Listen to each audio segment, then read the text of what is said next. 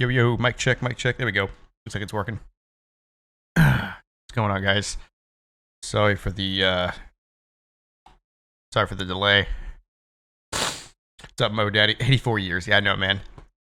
Dude, my schedule's been insane, man. Just a lot of stuff going on at once, so it's good to be back on though, for sure. I've had the itch to fly all week, and I just literally haven't had the time. So, one of those things.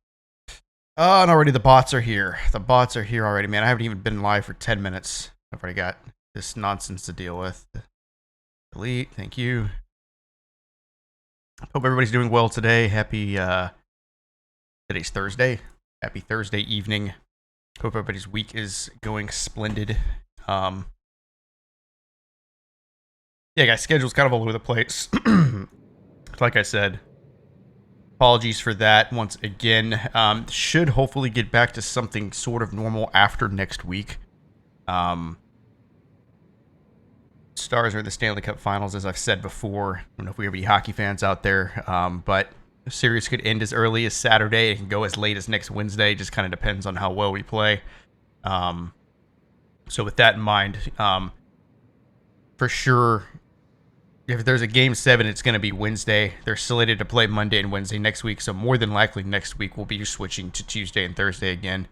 But of course, we'll kind of have to wait and see. If it all ends on Saturday, then it'll be a normal schedule, and I'll be pissed off, but whatever. But for sure, the following week should be back to our normal Monday, Wednesday times. Just things have been kind of funky the last couple weeks. So, excited about today. We're flying from St. Louis to Chicago, and then from Chicago over to Cleveland, starting with the A319 old school livery, and then we're going to make our way to Cleveland in the A350. Bought a payware GA for MFS 2020 M20 Ovation. Really? I am not familiar with that plane at all, but I'll have to check it out for sure. I don't know if I'm going to be doing any payware GA planes, at least.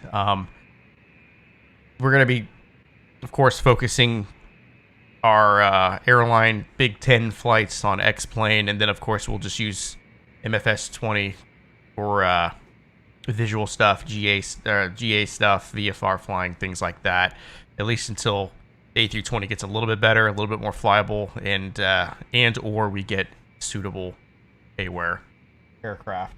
So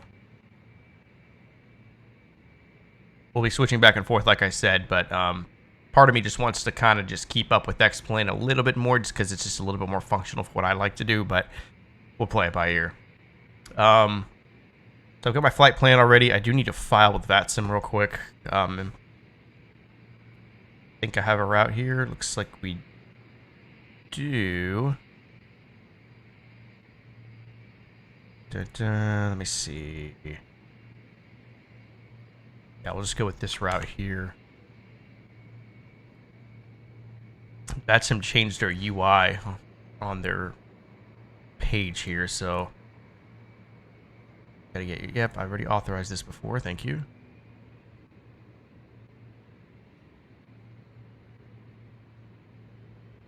Bam. Assuming that's accurate. File flight plan. Okay, perfect. Let me get onto the network real quick.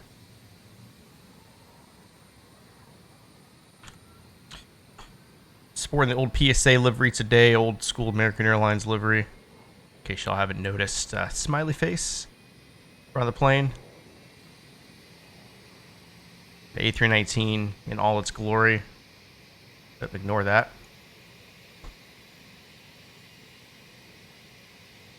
Did we file? Pretty sure we filed. Assuming we did. Flight time. So our flight time into Chicago is going to be 51 minutes. Short little hop. Let's jump on in here. It's a lot of noise outside. All right, we're going to go up top here. I'm going to go batteries on. Get my mic situated here. Mic was giving me fits a second ago. External power can come on. And we're going to go get the IRS's to the nav position so the GPS can align itself. Emergency exit lights armed, seatbelts, non-smoking, sorry, no smoking can come on. Nav lights, strobes auto, and I think we're good there. We're gonna start our APU, wait for the flap to open.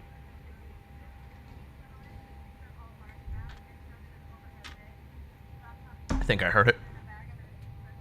Start, and APU bleed can come on.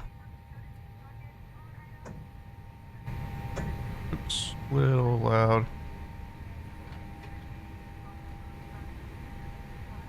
What's my volume at here? Very picky with my volume mixing. Still trying to buy 3080. Yeah, good luck, dude. Yeah,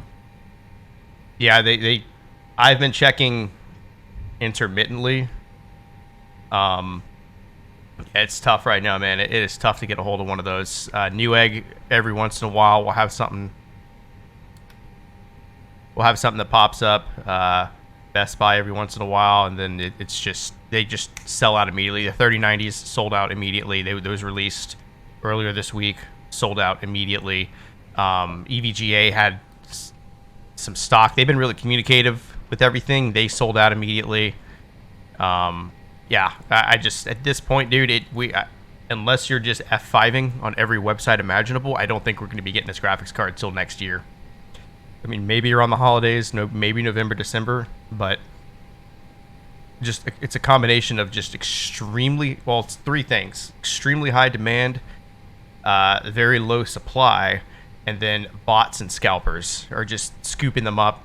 Nvidia, I don't think, is doing enough to contend with that, and this is kind of the result that we're getting, is that they're just impossible for the average consumer to get a hold of. So, Mr. Echelon, what's going on, buddy? Good to see you, man. Hope you're doing well. All right. Current weather. Current altimeter, 29901. 29901. Both sides confirmed. Perfect. Go down here and go ahead and get this all squared away here. We are starting off in St. Louis and going up to Chicago O'Hare International Airports. Line IRS, we're going to be American Airlines 7488 into Chicago today. Cost index. How much fuel do we want to burn? 34. Just be a little bit more generous on that. All right, cruise altitude. We're looking for 35,000 feet, so 350 goes here.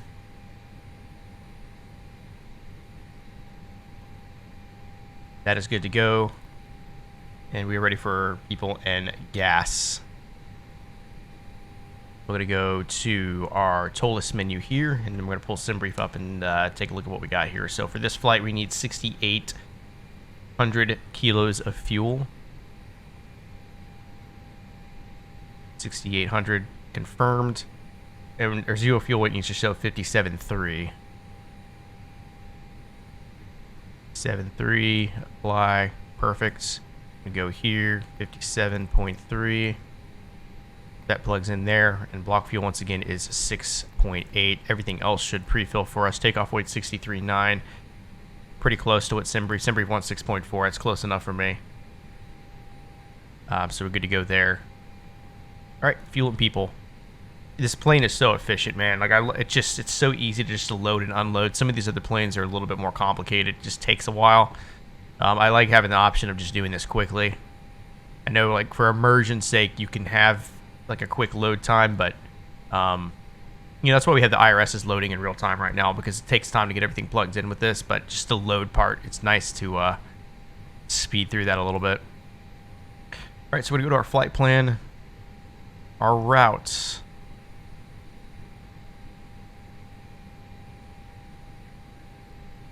Which I accidentally deleted, so I gotta pull it back up. I haven't played Flight Sim in months. Can't wait to get back. Hopefully I remember how to get flying. Any particular reason why you haven't flown, or is it just taking a break? You get burned down on it sometimes, man. I get it. Or just personal. I mean, with me, it's just like personal schedules. It's been all over the place the last few weeks, so I haven't streamed nor flown as much as I would like. All right, I've got the route here. So St. Louis. Okay, so current weather. Current winds are showing 150 at 6. So I feel completely enjoying Apex at the moment. Nah, I feel you, man. I'm with you. Variety's a good thing, man. It's with me. I've got to have like 4 or 5 different games that I'm playing at the same time. So like, you guys only get to see me do this, but I also play a lot of sports games. You know, NBA and NHL. You know, and then I play Super Smash Brothers quite a bit as well, and then some Call of Duty mixed in with it. So it's kind of nice having just something. And they're all completely different. One's a fighting game, then you've got sports games. This is simulation, and then I've got shooting games. So I dabble in a little bit of everything. So I definitely understand where you're coming from. Okay, what do we say the winds were? 150 at 6. All right, so yeah, we're going to take off on 12 right. And for our departure, we are the Kashi 5 departure. So we'll go ahead and get that squared away here. Kashi 5. All right, so for our departure, we're looking for 12 right. On the aforementioned Kashi 5 departure. We're going to be on the Laboy transition. And we're going to insert that. After Laboy, go into Scooter.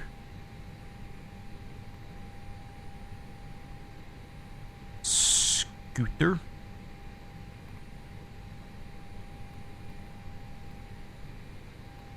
All right, after Scooter, we're going to go to Vinca.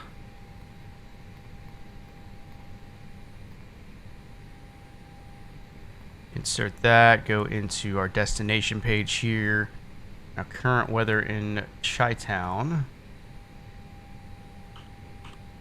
Chicago, current winds right now, 210 at 4. Actually pretty mild for Chicago. So what we're going to do is we're going to go back over here. Airport info, and then our arrival is the Turtle 5.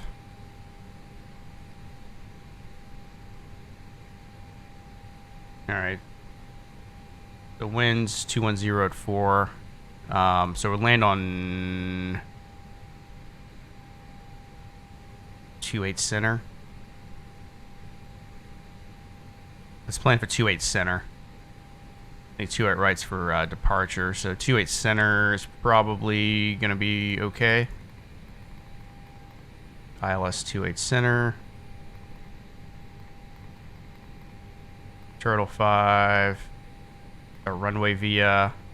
And we're on the Maroc transition into the arrival. Insert that there. Clear the discontinuity, and our flight plan is completed. Good news. Alright. Just gonna get our takeoff numbers figured out here. We go here, we're gonna go flaps 1, VR1 148, VR 148, V2 151. That's our flex temp. They always are a little aggressive with it, so we're gonna turn that down a bit, down 0.1 on the trim. Flaps 1, down 0.1 on the trim. Flex temp, I'm going to go with 45. And I already forgot the V speeds. I think it was 148, 148, 151. Let me double check. Yep. 148, 148, 151. Perfect. Ladies and gents, pre-flight is complete. I'm going to turn off external power, get the fuel pumps rocking. Good to go there. And we are essentially ready for push and start. Well, actually, no. We beat up the TCAS just barely, so we're still waiting on that. Do not want to start moving until that is completed. So we're going to push and face the right. I can go ahead and call them up, though. Ground to cockpit. Please show me where you want to go. Over here. I'm just going to put us over here, I suppose. Ground to cockpit. Tow is driving up. All right, we have our map turned on. Perfect. Terrain radar. Constraints. Everything else looks good. Although I think St. Louis is pretty flat, so I don't think we're going to have to worry too much about terrain. But you never know.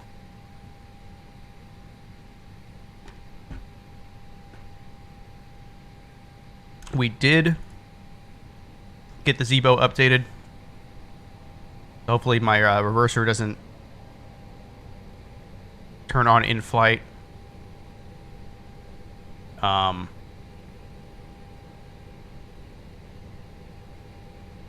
We won't fly the Zebo today though, but we'll probably fly it next time we're in Xplane. So hopefully that plane has its bugs sorted out. Doors and hatches are closed, ready to connect. Yeah, hold on. Clear.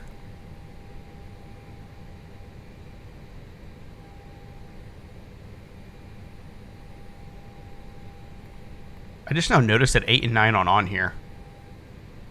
How have I never noticed that before?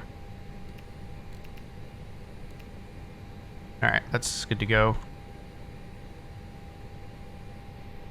Look up top here. APU bleeds are good to go. Throttles. Idle. Parking brake set. Oxygen checked. Fire test. And bypass pin inserted. Release parking brake. Oh shoot. No. Thank you. That would have been bad. Okay, perfect. Those are good. Parking brake released. Starting pushback, and you may start engines. Alright, starting pushback. Starter switch over. Number 2. Number 2.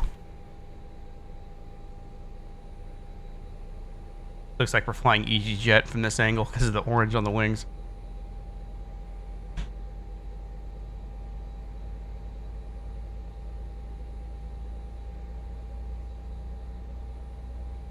Do my best not to butcher this landing as well. The winds in Chicago actually aren't that bad. I think last time I landed there, we were going to Midway, and the winds were all over the place. So, miss Xplane, yeah. I said there's one thing that the new flight sim does for me is that it does make me miss Xplanes. You know, just the airliners a lot more.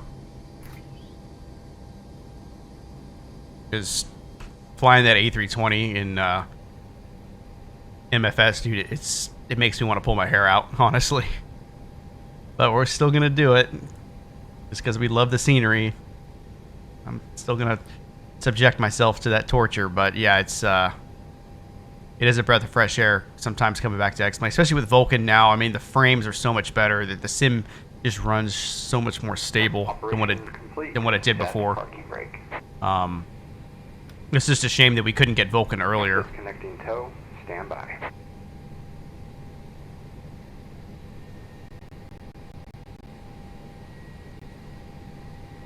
Alright, start number 1.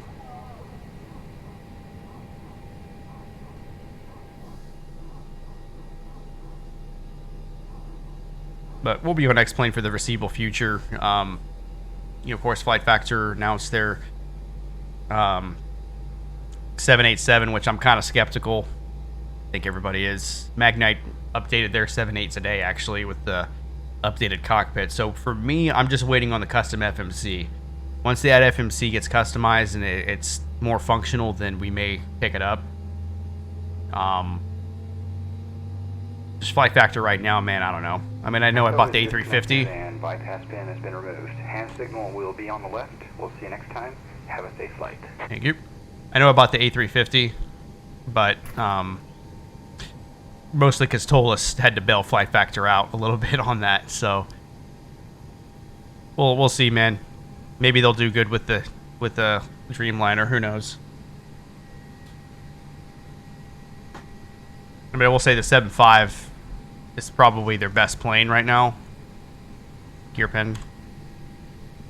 So We'll just have to wait and see how they handle it.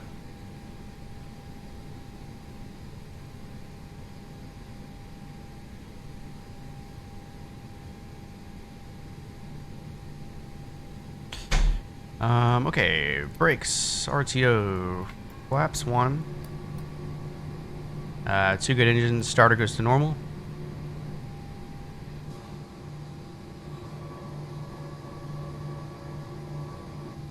Goes left flaps.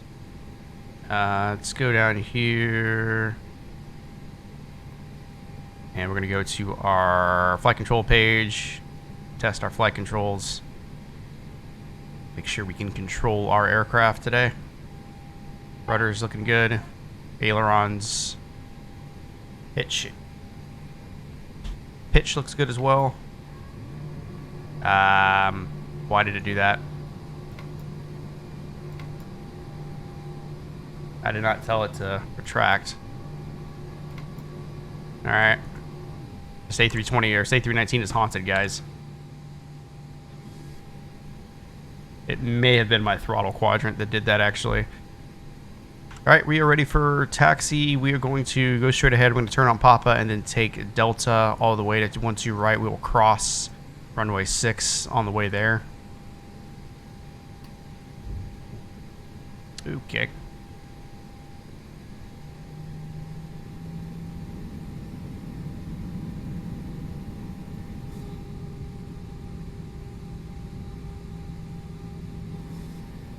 And if you are wondering, this is freeware St. Louis. I got it off the Xplane org forums.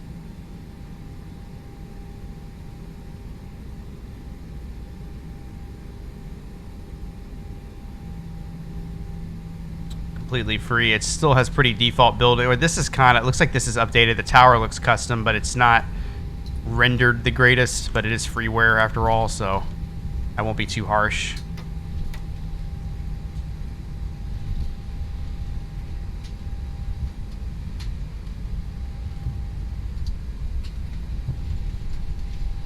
Get a little bit of stuttering.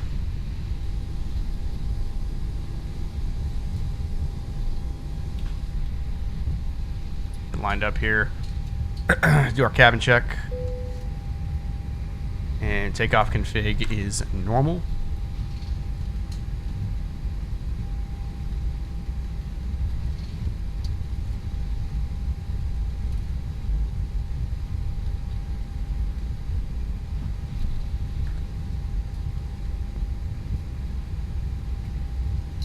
It's not too big of a long of a taxi here. Like I said, we're going to cross runway 6 at Delta and continue on Delta to 12 right. No ATC on at the moment.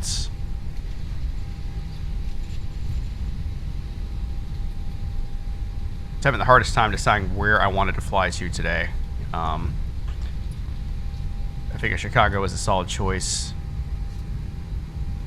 It just sucks because there's not always a lot of ATC on in this part of the country, so kind of get to miss out on that, but kind of have to balance it out between scenery that we haven't seen in a while versus like realism and ATC availability and things like that. So oops, didn't cut the APU off. There we go. And I didn't turn my taxi lights on. My bad. Entire east coast of the US was covered yesterday. It's good to see, man, honestly. I do think that traffic on the network has picked up a little bit, obviously, since MFS has come out.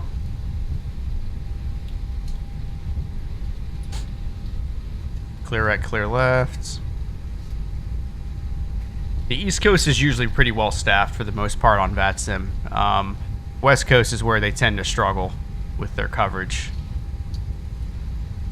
The Midwest is hit or miss. Atlanta's almost always on. The East Coast is usually on most days. It's just that West Coast, man. Sometimes they're on, and sometimes I can fly every day for 7 days straight and won't get it. I always forget to turn that off sometimes. All right, so we're coming up on our runway. for this departure. Probably should have briefed this at the gate, but we're departing on 1-2 right. We're going to climb 1-2-3 on the heading, and then direct funky. This is an RNAV, so we're going to go RNAV funky.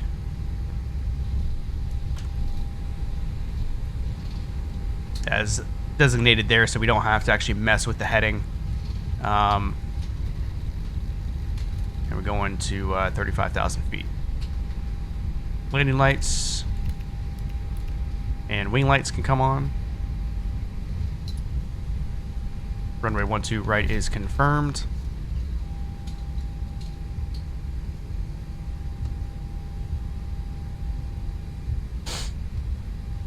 You get that nice smooth 60 FPS right now. That's what we love to see. Clear both sides.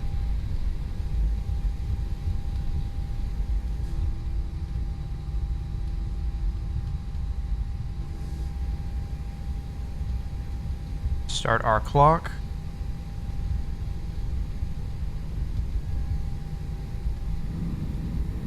Both engines are stable. Flex at 45. SRS runway green. N1 in the green. Power set. Airspeed's alive. Here at 60 knots. Now we're at 80 knots.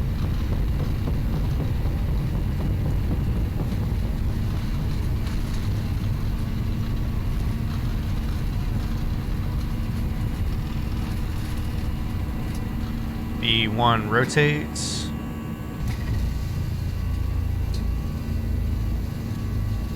Pause, ready to climb, gear up.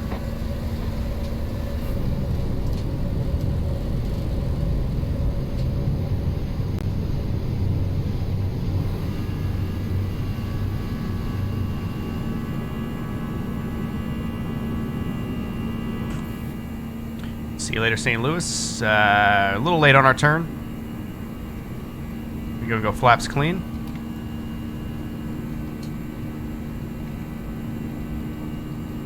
Climb thrust.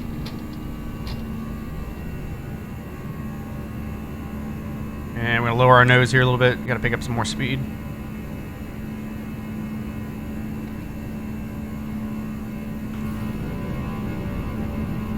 Love the sounds. Yeah, BSS sounds, man.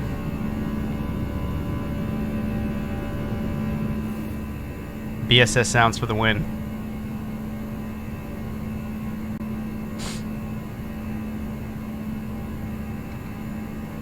Here's your downtown area, St. Louis Arch out there in the distance.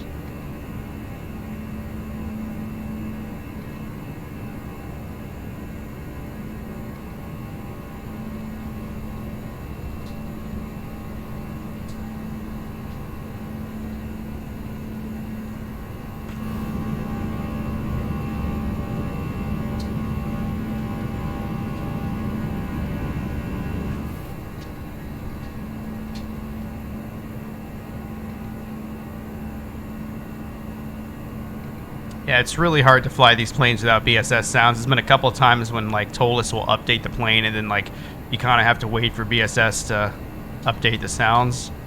Definitely, you miss it once you realize you don't have it for a little bit. Especially with the Vulcan switch, it took him a little bit to get it updated.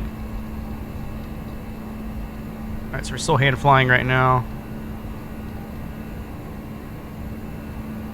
Good look at the ortho.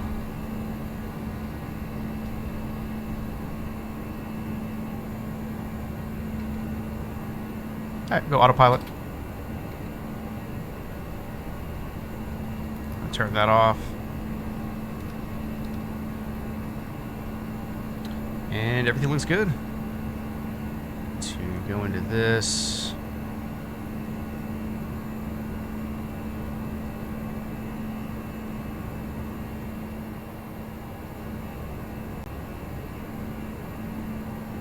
System that's making that sound? No. I don't know. Not gonna worry about it.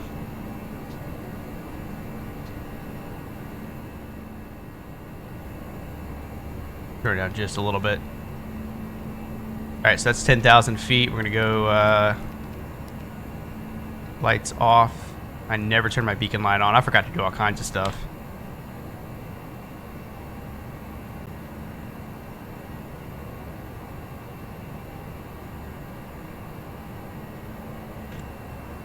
Alright, so this is us right here.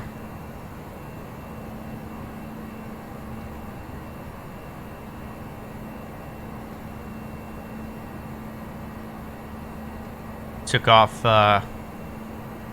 this runway right here, looped around. This is us right here, obviously, and we're heading north.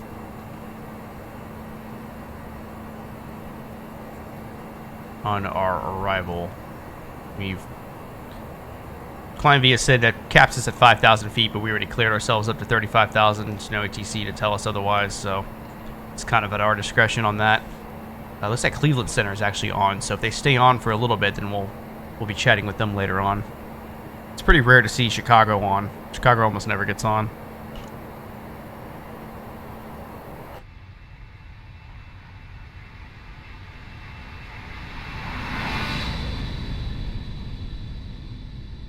Getting like 80 FPS on this shot.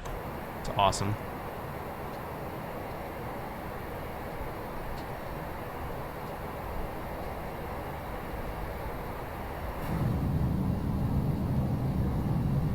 Good view of some of the ortho out here.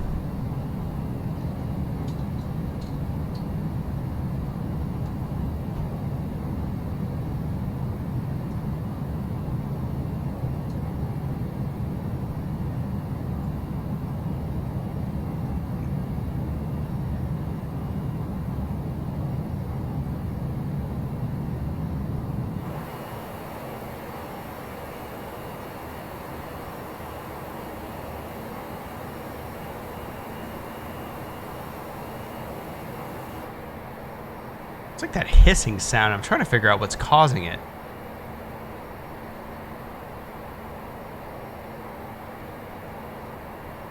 Nope. Nope. Nope. No idea. I don't know if it's... let me actually... No, it shouldn't be any of this. I've got this settled in quite well.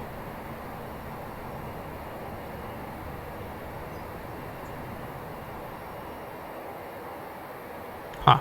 Weird.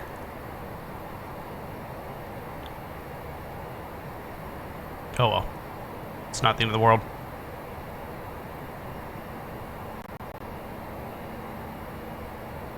Yes, like I said, we'll take the A350 for our second flight out of Chicago into Cleveland.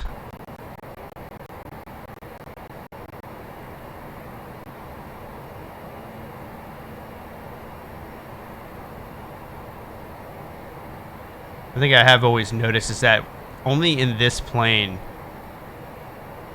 when Xplane wants to load like the next patch of scenery in, it makes that stupid sound. Like it actually affects like the sound, but it only happens in this plane for some reason. So I don't know why that is. All right, standard altimeter.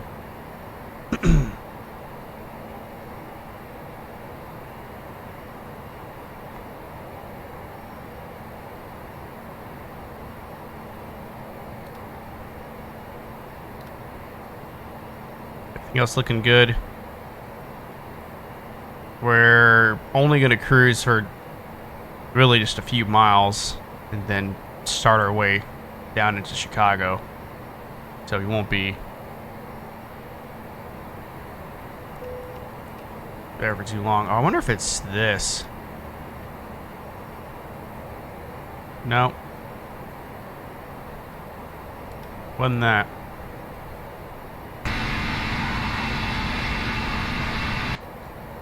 Sorry, just trying to see if it's like the system making that sound. I think it's just the plane.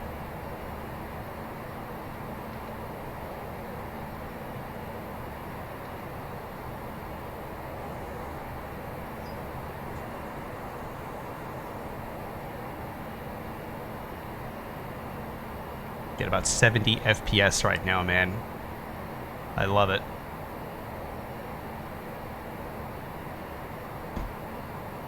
Like I said, I wish Xplane would have somehow found a way to get Vulcan in like a year ago.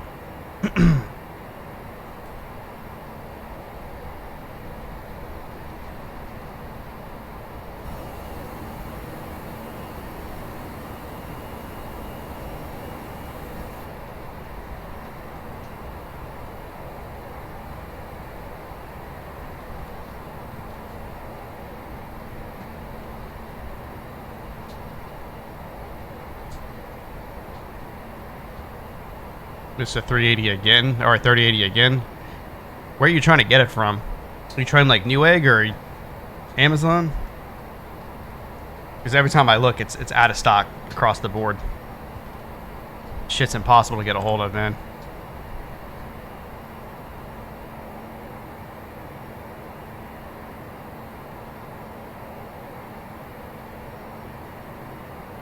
Oh, I see. Yeah.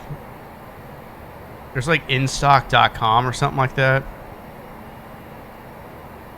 Which website did it take you to? Because I don't know if I would trust not getting from like a known retailer. I was like, okay, yeah, Amazon's pretty reliable.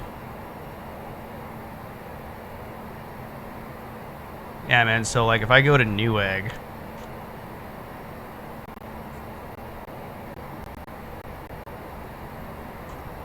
$30.80. It's like, this is all I see all day. Out of stock, out of stock. Out of stock. Out of stock.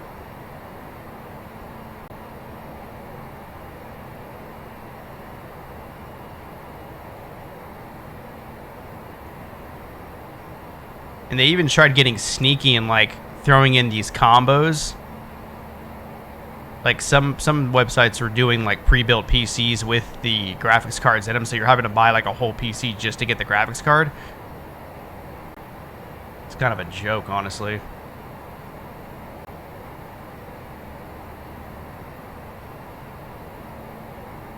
Was it Zotac? So I didn't want it that bad, I guess. Yeah, I've heard some good and bad things about Zotac. I'm either getting the MSI Trio or the EVGA FTW. Those are like the two. I would take it as Zeus Strikes as well. One of those three. Because they have the better cooling. And they come overclocked already, which... I mean, overclocking a GPU is... I mean... You're squeezing minimal performance out, but I just like the better cooling on it. Because this 1070 I have right now, it's a blower model, so it... Like right now I'm running like a 71 degrees, which is fine, but it gets to like the low to mid 80s at times, and that you really don't want it to be at that temperature for too long. So this time I'm going to invest in a better card that has cooling, good heat sinks and all that stuff.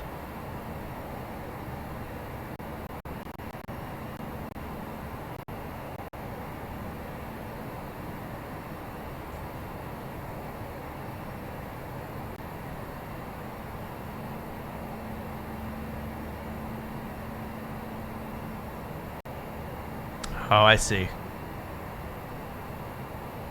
Yeah, the Zotacs are flying off the shelf day one. Somehow they had a lot more in stock than everybody else, but I think a lot of people ended up like on back order, like a lot of the Europeans.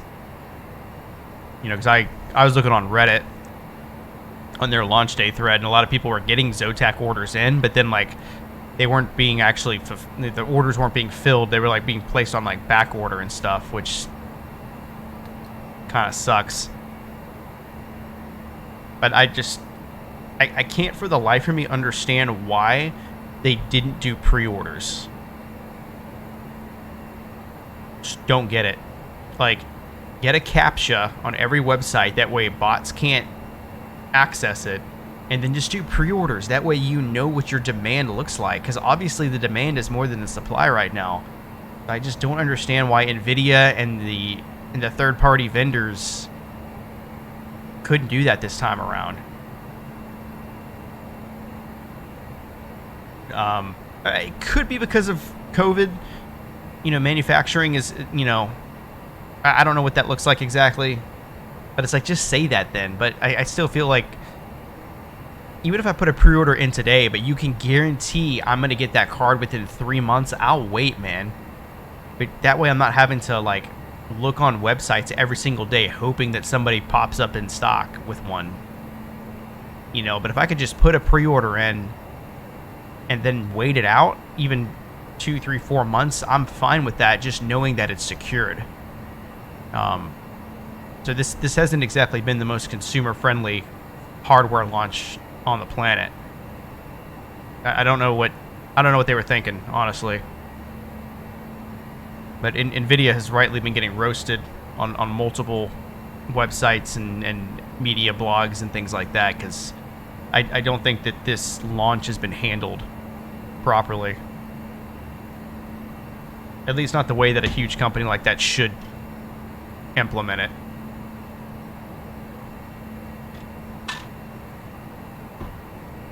But to be fair, the PS5's had that issue. I think the Xbox One's, I mean, they did the pre-orders though, but the pre-orders all like sold out. So getting gaming hardware between now and the end of the year is going to be almost impossible. AFK for a little. All right, man.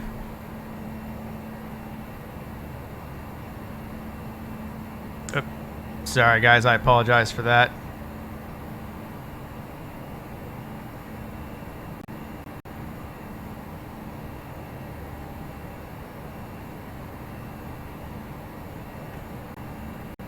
Got my Xbox notifications on.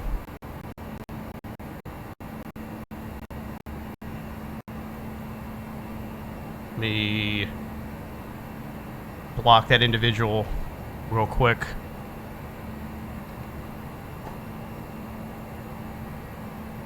Definitely not appropriate.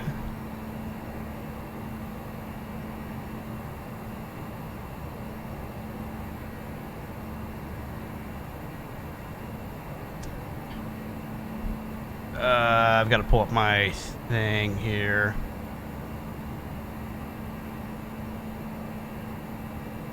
Okay, guys, give me 2 seconds.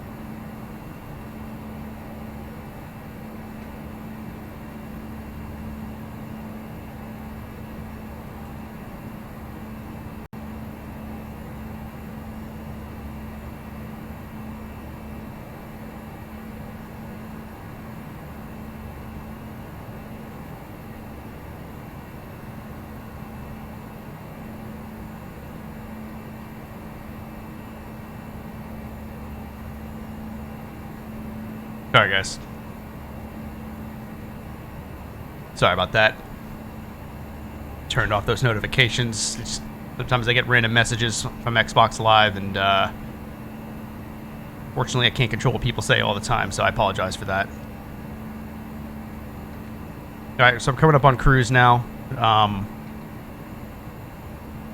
And we're not going to be a cruise for very long. We're actually going to start down here pretty quick.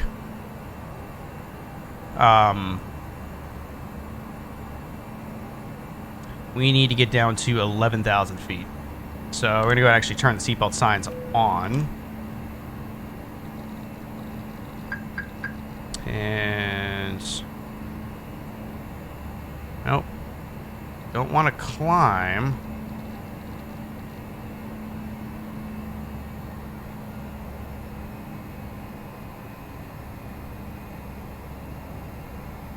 Yeah, let's go ahead and start down now. Literally up and down.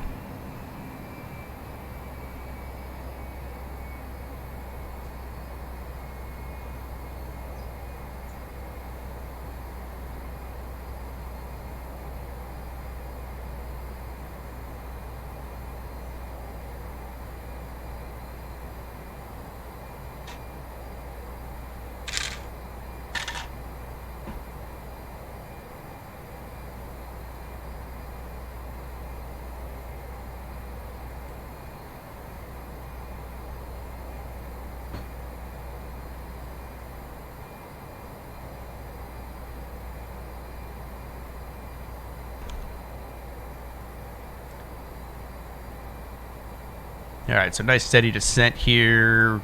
Kind of a crosswind. It'll turn into a slight tailwind once we make this turn right here. So we'll keep an eye on airspeed and things like that. I'm going to go auto brakes low.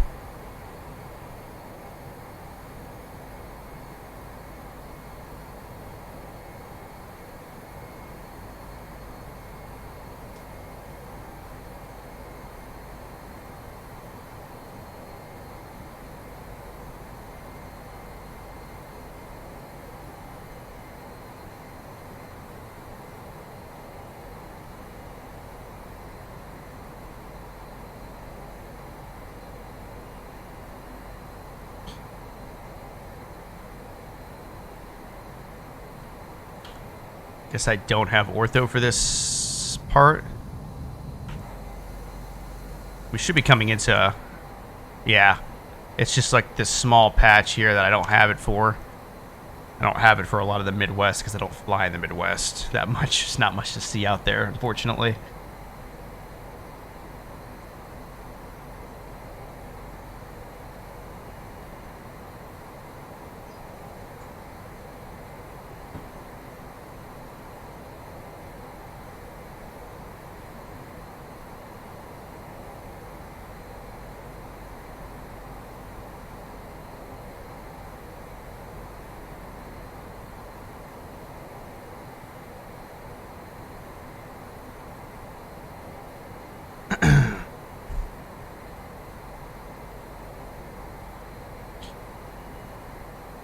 So we're going to hit this restriction here. We got to be below 27,000 feet or below at Herrick. And then you can see our restrictions down here. Trich at 15 or below. Turtle 11 or below. And then we're going to join our fixes. So planning to land on 28 center.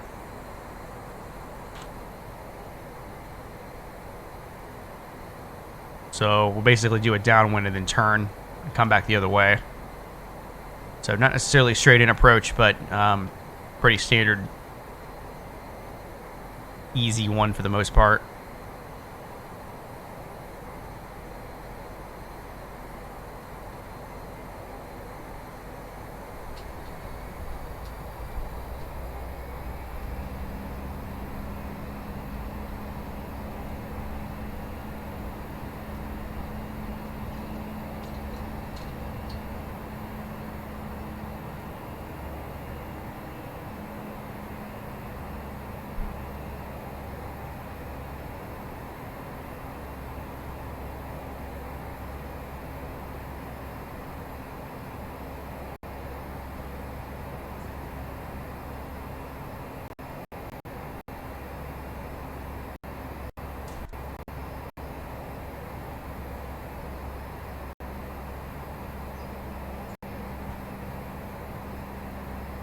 Alright, so... Okay, yeah, so we hit that restriction there.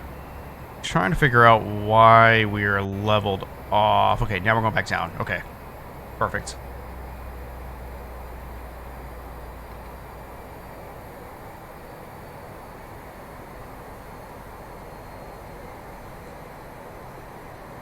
Ah, man, freaking VNAV acting like MFS out here, man. 4,000 feet a minute. It's kind of steep. I don't know why it says that. Scenery usually comes in fine.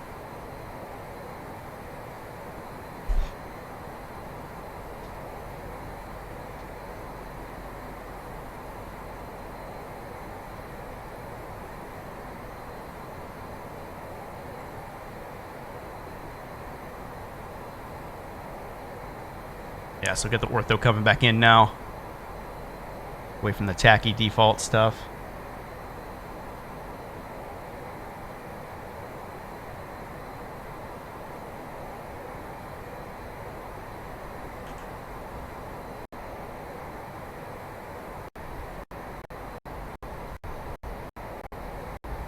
There's my encoding all jacked up.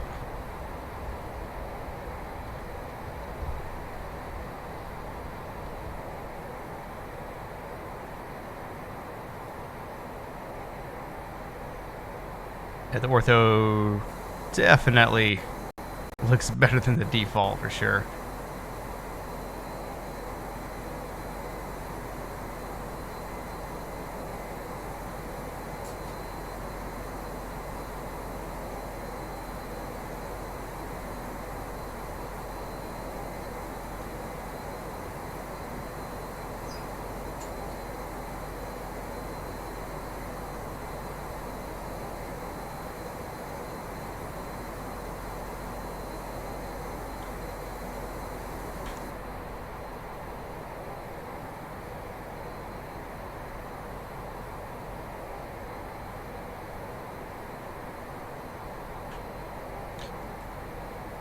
There's a weird coloration here. I don't know if this is how it actually is or it's just like the ortho acting up, but it goes from like brown to like green to back to brown.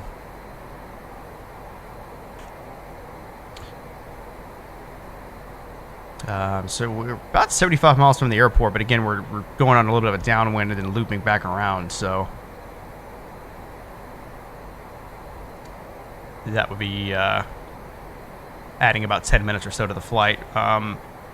Current conditions 190 at 4 now are the winds, altimeter 29 or 901.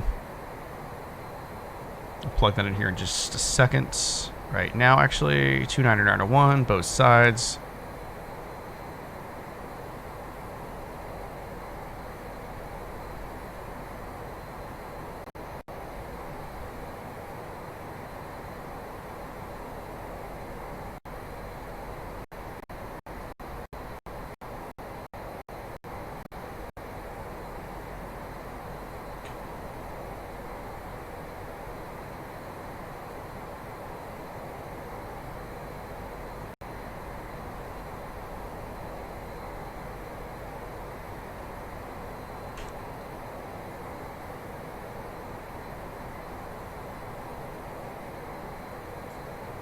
Airport not quite rendered in yet. It looks like I'm a lot closer to the ground than 15,000 feet. Maybe it's just... Maybe it's because I just haven't flown in a while. My depth perception's all jacked up. I don't know.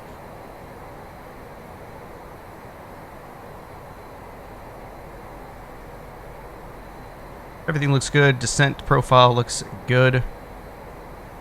Following all of our restrictions, we're at 15 or below. I would seem to be 11,000 feet at Turtle.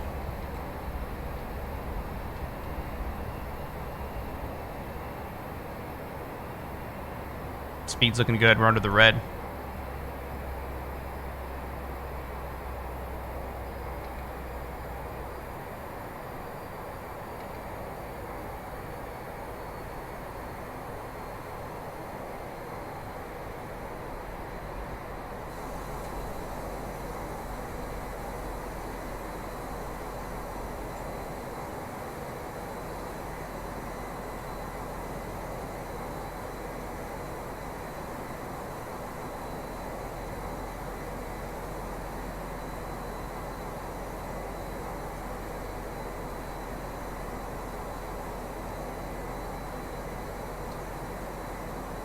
Yeah, see the coloring here?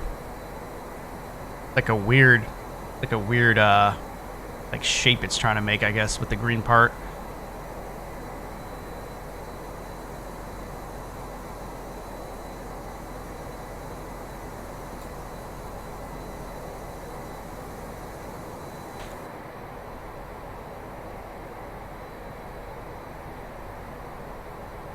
So we'll have to descend ourselves. Once we hit 11,000 feet, we'll kind of make a judgment call on it. We've got our various restrictions coming in on the arrival here, but it's pretty much our discretion up until that point. We just got to get to that point, really.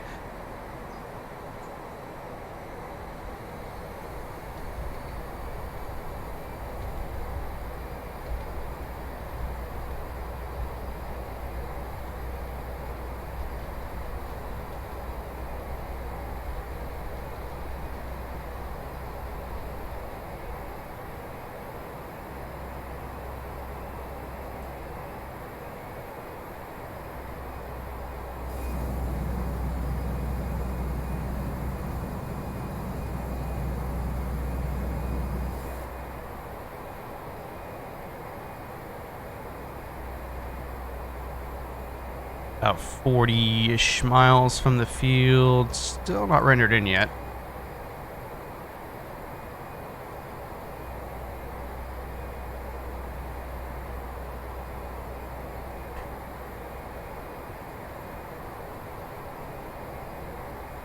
Alright, so we've leveled off 11,000 feet. Gonna chill here for a little bit. Mainly so I can keep the speed up. If I go too low, I gotta stay at 250 or below on the speed once we hit 10,000. So we'll wait it out as long as possible. We can, however, go ahead and get our performance figured out. So 29901 on the altimeter. Temperature is going to be 24 degrees Celsius.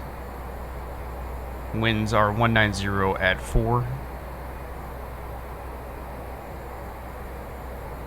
And decision height, so we're going 28 center.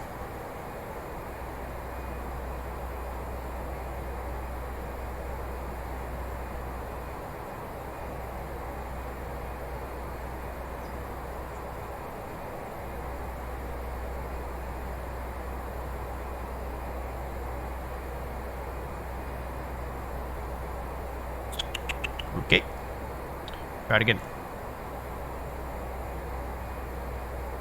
There we go. 200 feet on the decision height.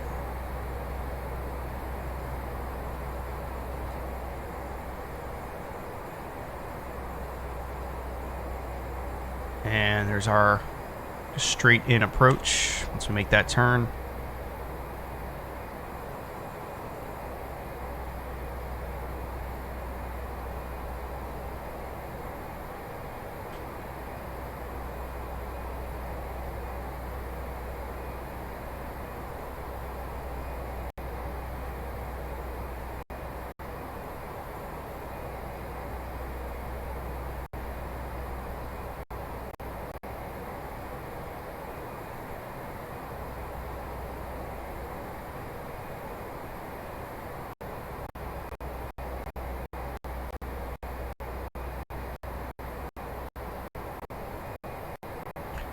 I think we're loading Chicago in now. That's why you hear that sound.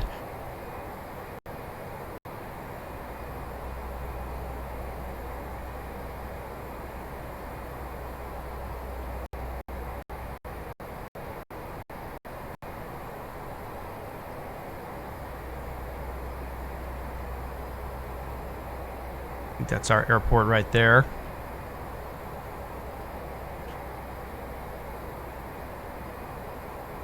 About 20-ish miles ahead of us.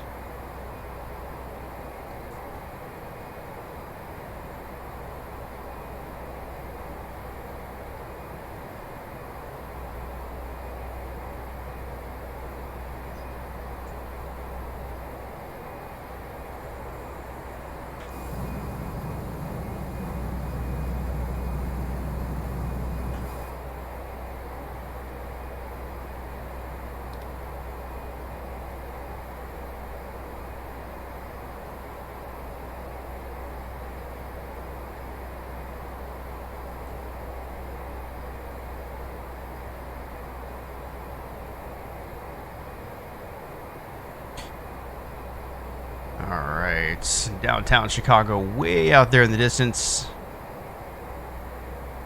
Kind of make stuff out there. Midway is somewhere. I don't know if it's rendered in all the way quite yet.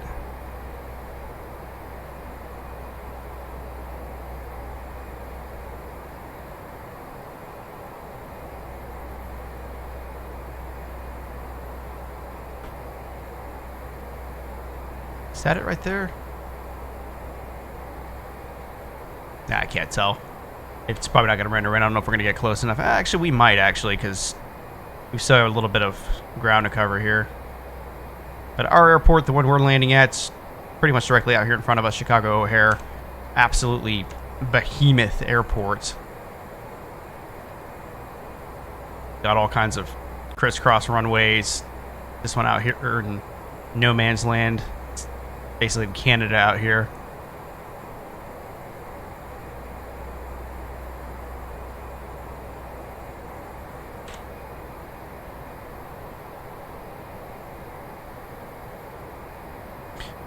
probably do is we're probably going to cut this short here. So I'm going to go ahead and take us down to, let's say, 5,000 feet.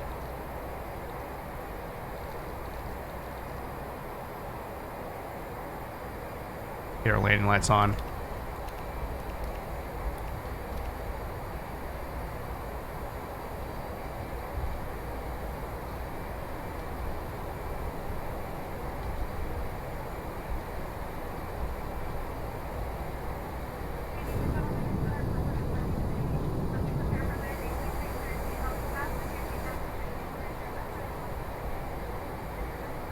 So speed should be coming down.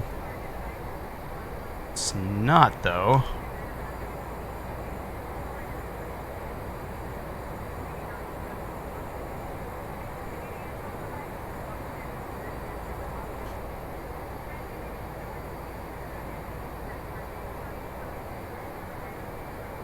Yeah, we gotta get slowed down here. I don't know why the VNAV isn't taking me down to 250 because we're basically at 10,000 feet.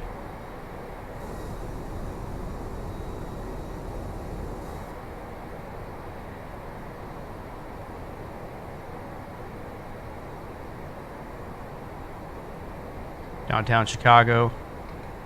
Freeware, downtown Chicago. Mind you.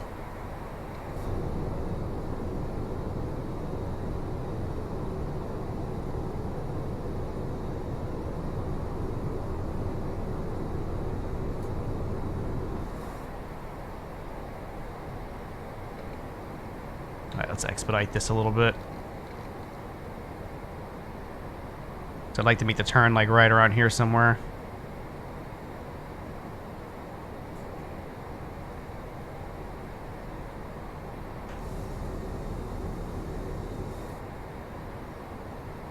We're not bleeding off enough speed.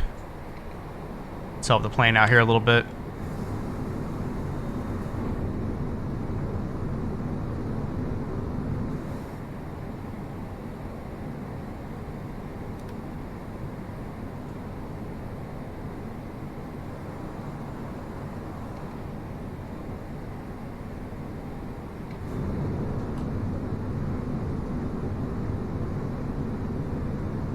There's Midway right there.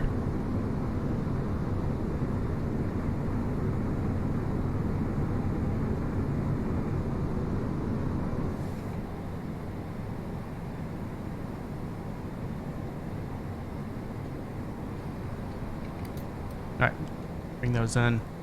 Is he gonna butter it? I'm gonna say yes. I want to say yes. We'll see. Every time I take like a few days off or I have too long in between streams, I always jack up my landings, so we'll just have to wait and see. It's a Soldier Field down there. It's actually a really nice downtown Chicago. Here, I got this off the org store for free. It's probably better on the frames than Durs Weckies. Alright, we're gonna go direct Meemaw.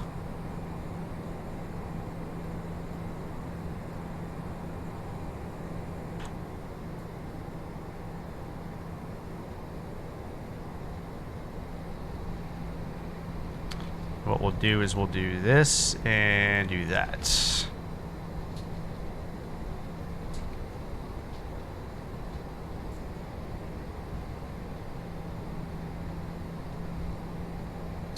And get us down to 210 knots.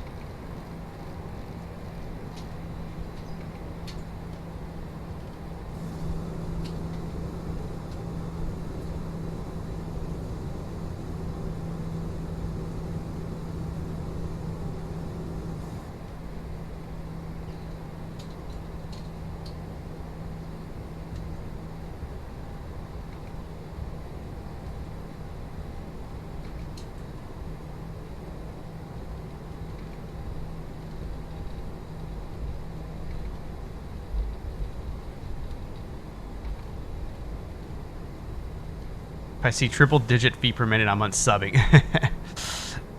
Well, joke's on you, man, because I don't have my, landing rate thing going right now. some reason that Twitch bot just doesn't work.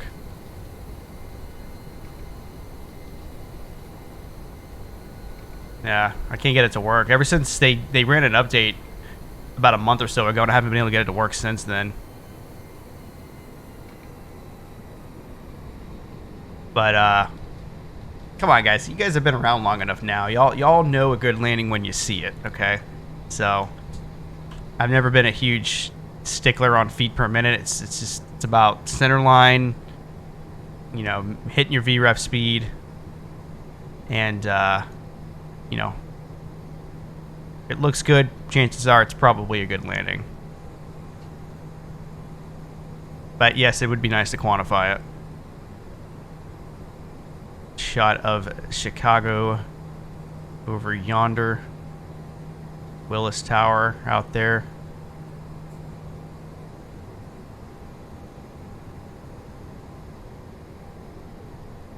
Already making up excuses for inevitable bad landing. All right, man. All right, challenge accepted, guys. You guys are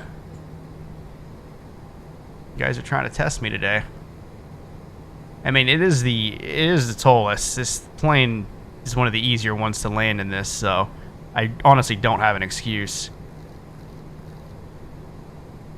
Actually, let's go approach mode. Yeah, throw the flaps. Whoops, flaps. 1.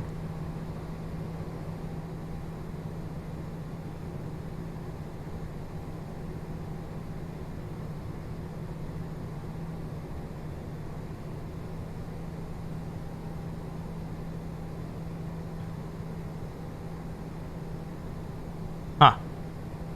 Plane doesn't want to slow down. Alright, let's help it out. Well, actually, let's go Loke. Approach.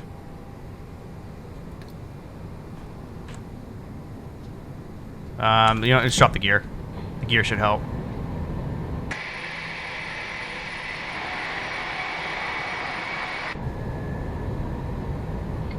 Flaps 2. Bring those back in.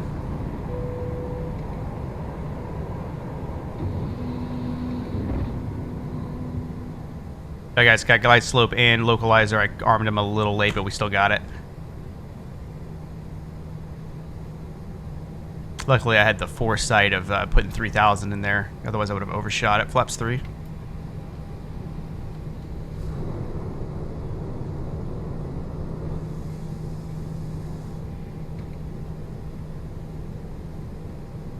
Flaps full.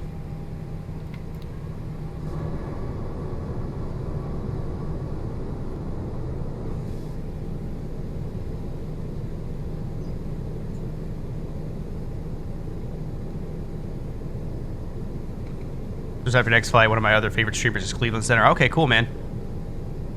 Hopefully he stays on. 2,000. Alright, landing gear, landing checklist. Gear down 3 green indicated. Auto brakes are set to low. Speed brake is armed. Flaps are full.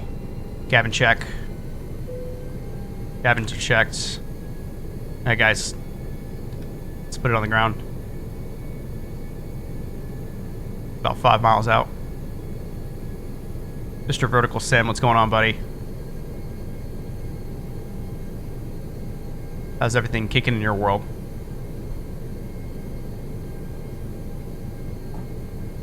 How's Norfolk coming? Getting close. All right, real quick. Oh yeah, that looks good, dude. Just that first picture alone, dude. Those terminals look so good. Go ahead, traffic. United 972 heavy now. Line up runway 28 right. Chicago traffic, American 7488, A319. We're on a 5-mile final 28 center.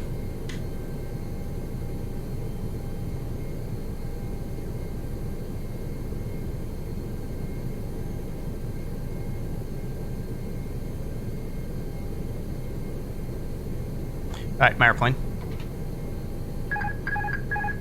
1,000. That was feed checked.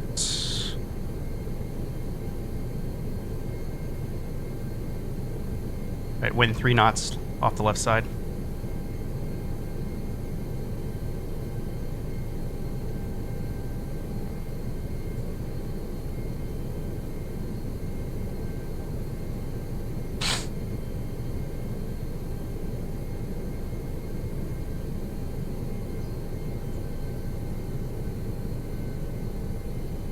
touchdown on right now. Tragic. Oh, sucks, man.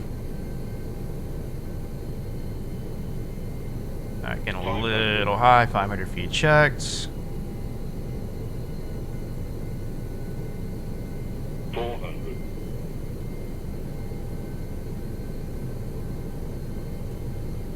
300. 100 above.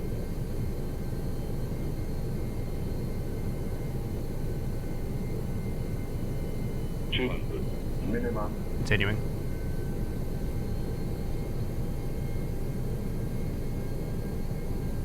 One hundred. I'm going to be a little high. 50. 40. Air traffic, 30. 20. Retard. 10. 972 Heavy, taking off now, runway 287. Correction to make right. Versus out.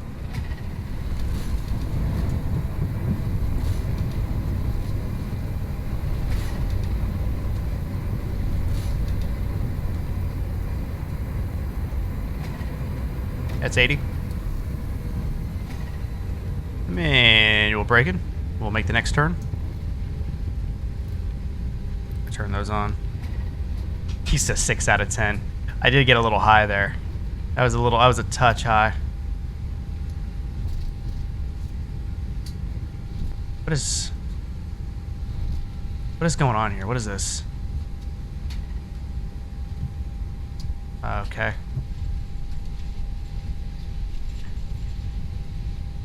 We did float for a little bit. Yeah, so I was saying I got a little high, but I didn't want to slam it down. Otherwise, we would have been sending people to the hospital. So still hit the touchdown zone though. All right, bringing the flaps in. Did that departing traffic say he was leaving? Got him on TCAS. And overhead traffic United at 972 is airborne passing 2000. He's airborne. Okay. Okay. Yeah, I got him on TCAS. He's airborne. Okay, perfect. We'll keep those on for the time being. We're about to cross runway.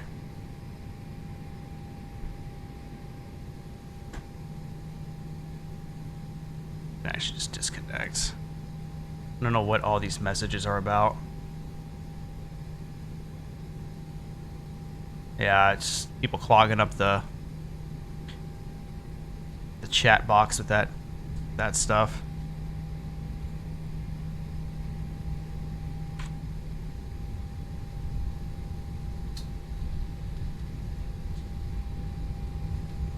Yeah, vertical. But if you're still here, man, yeah, that looks it's looking good, man, for sure. Definitely excited to see what the final product's gonna look like.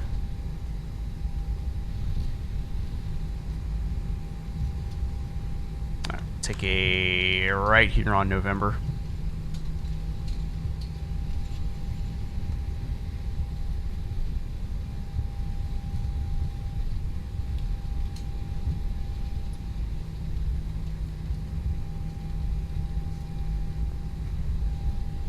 Which I see at live action.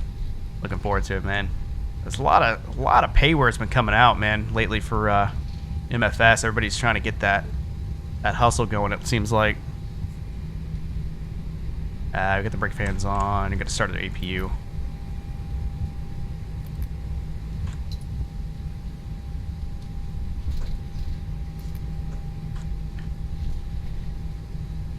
Yeah, I've kind of decided I'm going to hold off on buying a whole ton of stuff, at least scenery-wise, until we get some better planes. Specifically jetliners. So, but yeah, your stuff's definitely going to be on top of the list, man, for sure. FSDT being annoying.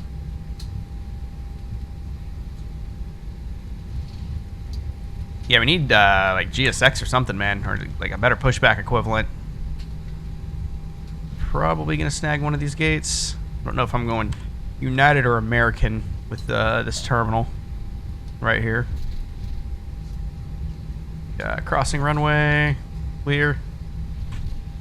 Actually, I think this is technically a taxiway. Nope, it's a runway. Never mind.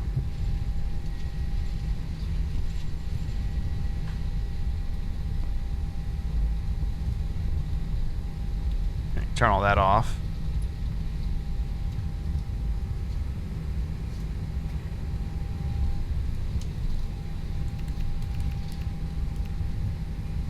Taxi lights on. Probably should have flipped those a while ago. Remember, guys, we're going A350 after this. Probably just fly Delta into Cleveland.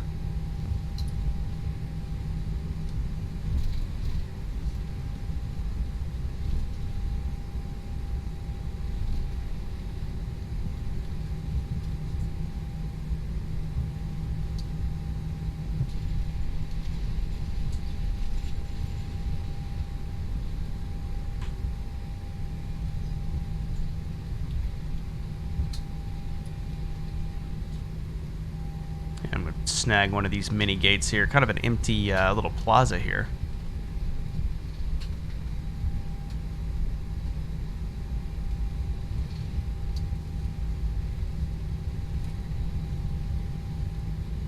Stop the clock.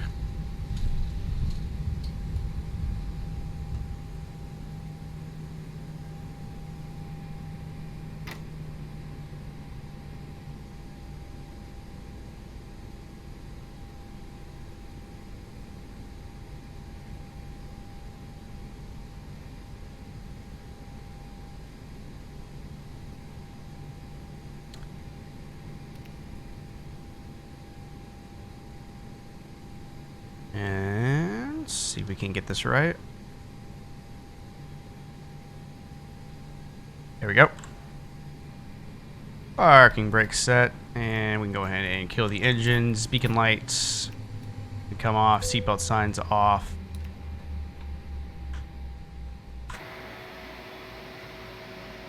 Bring our gate in. Ladies and gentlemen, welcome to Chicago O'Hare International Airports. The one and only. Just outside the city of Chicago. City of Chicago out there. Midway's in this area-ish over here. Midway's mostly a hub for Southwest Airlines. It's more or less what flies into that, in and out of that airport. And then O'Hare is a hub for both United. It's HQ for United, and then American Airlines as well. Rocking the old PSA livery. Let's take a quick look at the landing here. I was told that it was floaty. I agree, it was a little bit. Let's turn to the tapes, though. I can get this shifted over. There we go.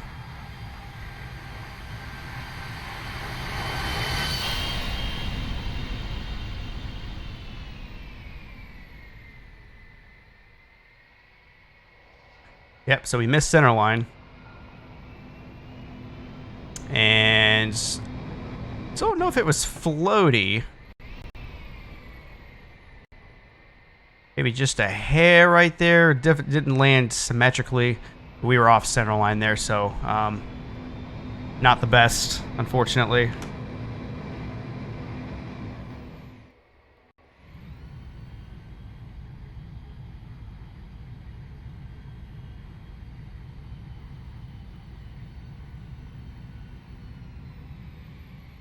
So there's our touchdown zone there. So I'm fine with where we actually landed on the runway. It's just we just missed center line. That was really the only problem with it.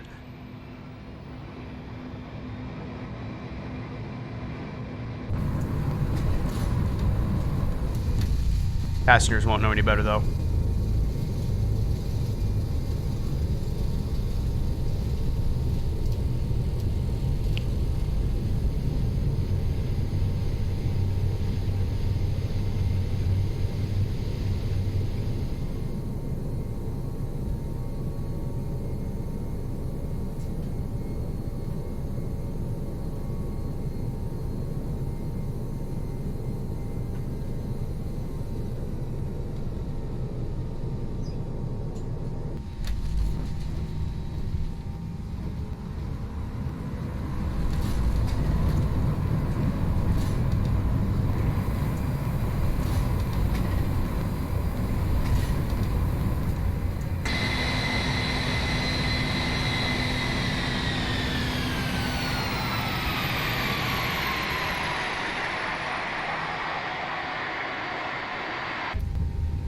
Not too shabby.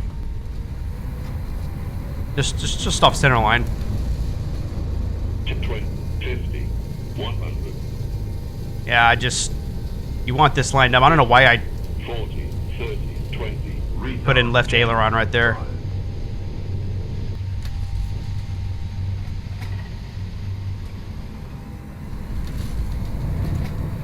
Yeah, I don't know what I was thinking. I think I was more concerned with trying not to float. I think that was my main concern. I just didn't want to float it, and I just kind of wasn't paying attention to where I was in relation to the center line on that, so... Oops. Hey guys, we're going to take a quick break here. We're going to reload everything. We're going to load into the A350, and we're going to take that over to Cleveland for our second flight. So we'll be right back.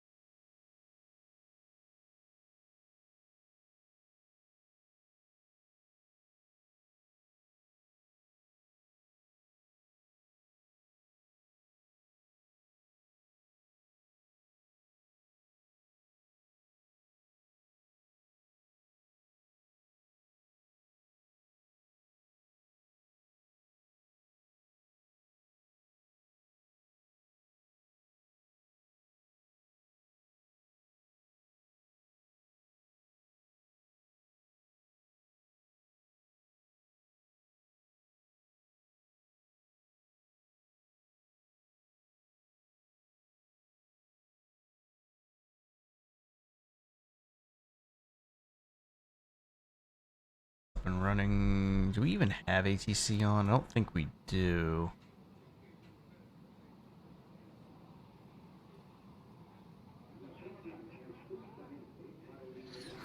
$53 in the air. All right. Got all that figured out. Let's get her going here. There was an update to the A350. It was some minor changes that they made. It was nothing significant. They didn't fix the wing flex, which is really my only true complaint with all this. We'll go bat 1, bat 2, bus ties. I'm going to go down here. We're going to go to ground services, doors and hatches. You got to open all this good stuff up. Ground equipment. We need our GPUs, plane at gate, luggage loader, and fuel truck. Here we go. We'll go back up top. External 1, external 2 available. And then just going to turn all these on.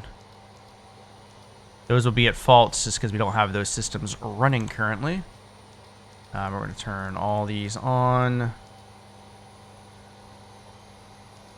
Hydros can come on. That is fine with me.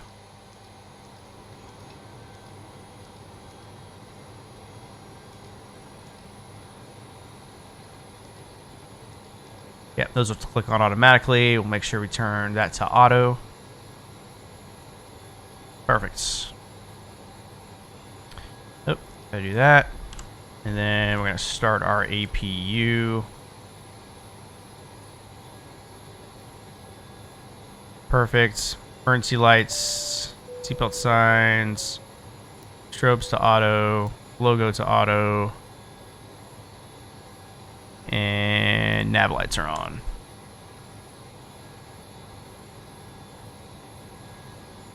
Alright, so that's a loud plane, kinda.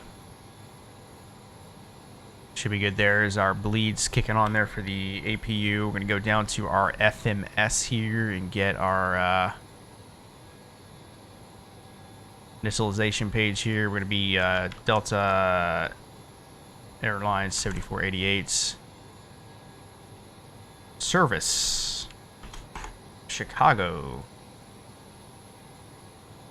to Cleveland, Ohio.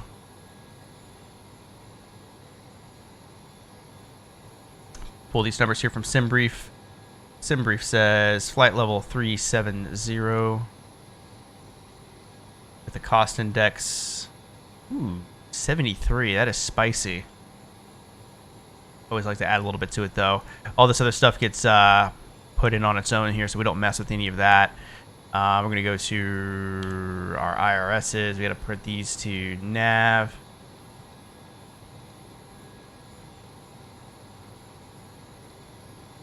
Perfect. Then we'll go to IRS and line IRS. 9 minutes.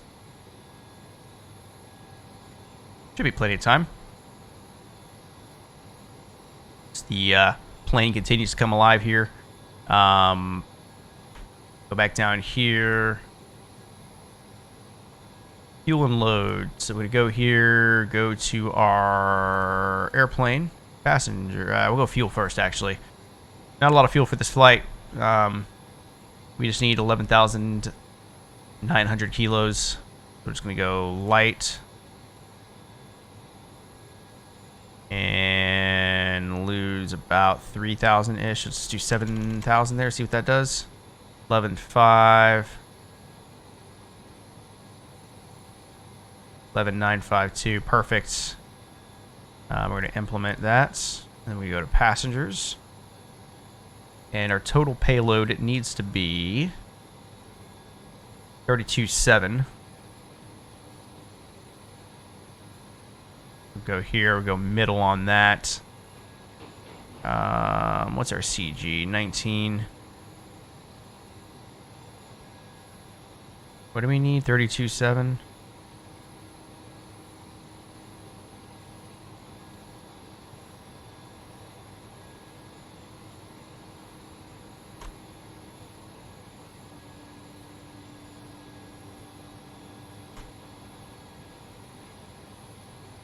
32.3. Let's do back to 20 here. Let's do 123 here. 32.5. Let's go 125. That should get us pretty close. There we go. 32.7 CG. That should work. We'll implement that. It says 60 seconds. Let them load us in here.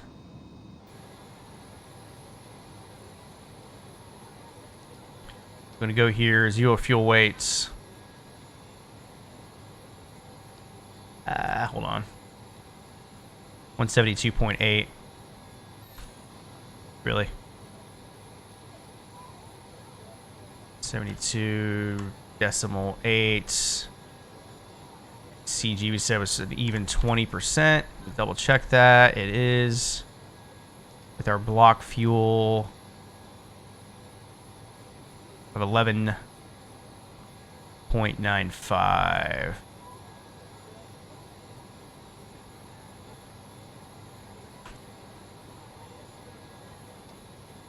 Perfect. None of this we get to mess with. That all should be good to go there. So now we can actually do our flight plan. Get that up and running.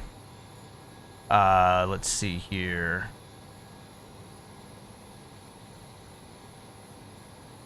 From O'Hare, we're going to depart. Same runway well, we're going to do 28 right, actually.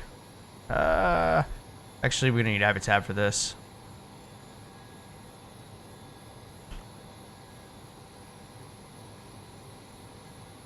Airport info, our departure is the Duffy, right?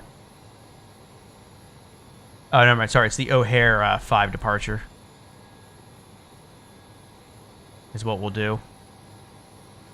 And it's to Duffy. Actually, that's not what I was looking for. I was looking for the airport map. Yeah, 28 right. That's what we're looking for. So runway 28 rights. Okay, yeah, I guess the O'Hare 5 doesn't show up on here. What's the transition? I guess you don't plug any of that in? Really? Okay. Insert that. From there, we'll go to vectors to Duffy.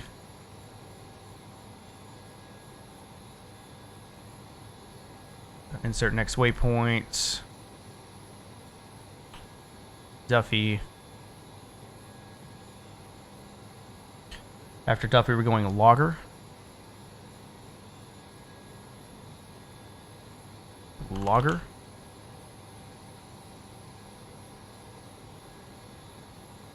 What? Why didn't it take that? Thank you.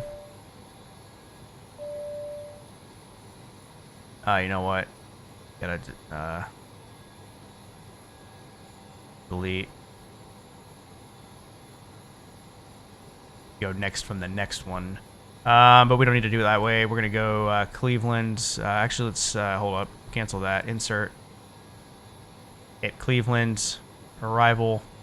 We're gonna be on the Browns 3 arrival.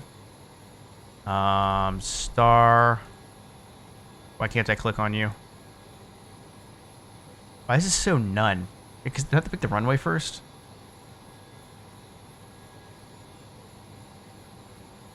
Alright. F tab. K-Clee.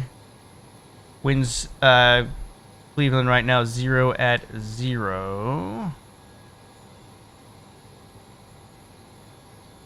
So no reported wind. Of course, there's an error.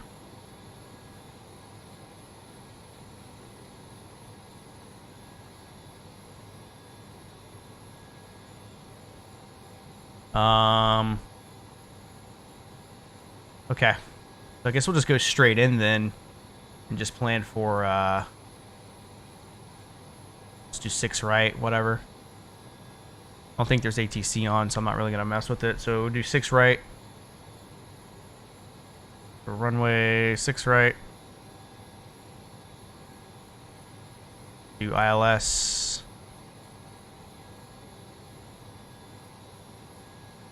Let's pull this back up. Rounds 3. Approach. ILS 6 right. We're just going to go straight rush on our transition here. Rounds 3. And it's going to be the Detmer transition. Detmer Browns, rush, 6 right. Perfect. Insert all that. Gonna delete that discontinuity, insert. Perfect. We'll vector ourselves to Duffy. And all that looks good to me. I'm happy with that. Alright, back to our performance page here. We're going to go to our perf calculator. We're going to do 0.0 on the slope. Flaps, we're going to go 1. Perfect.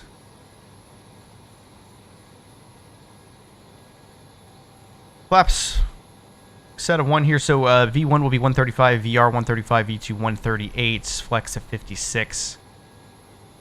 6, 5, 135, 138, flex 56. It should be flaps 1. I don't know why that changed. Right? Yep. Transition 18,000 feet.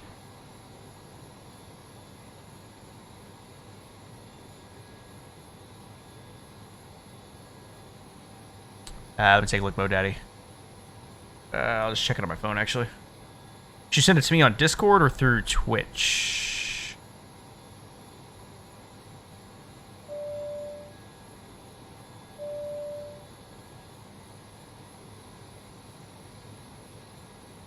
There you go. Nah, man, don't even worry about it. Either way. Let's see what we got here. Yeah, I knew they got a lot of scenery packs coming out. I know they're redoing Japan. Okay, yeah, I'll definitely check that out, man. I appreciate that. Appreciate the heads up. Yeah, I know they're redoing basically all of Japan on Flight Sim. On our MFS 2020, rather. Okay, so takeoff parameters are set. We need to go to... Actually, we need to go... What is happening? Why can't I click on this? Serve. Just put that on that. TARA. Turn all this on. Go down here. Bam. Go over here. Squawk. That's fine. Actually, let's do master. That is on.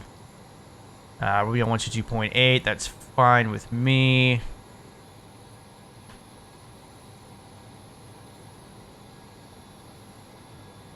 I would go arc mode. Looks like the IRSs are aligned. All that's good to go. We're going to put the constraints on. Alright, guys. We are basically ready for push and start at this point.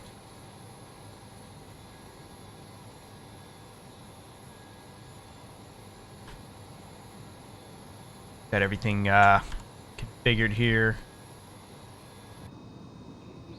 Alright, so we got to get all this stuff to go away here.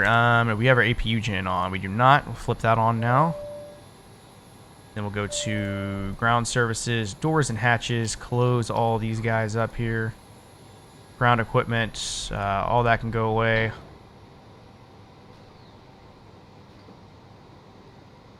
Perfect.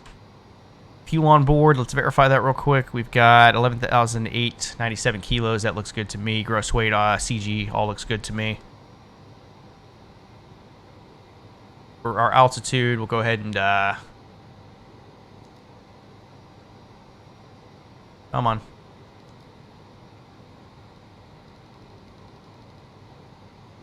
Why doesn't the mouse wheel work on this?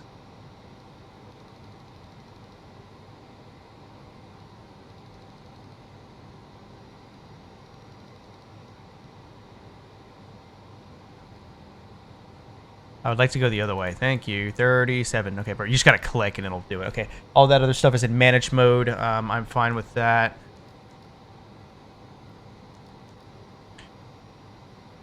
Okay, perfect. Clear the master caution. We can get rid of the gate. And turn the parking brake back on. Move that out of the way. Let's get better pushback going here. Hey, Captain, let me know where you want this thing. Let me know where you want this thing. Great news, Captain. Your tow's coming. That is fantastic news.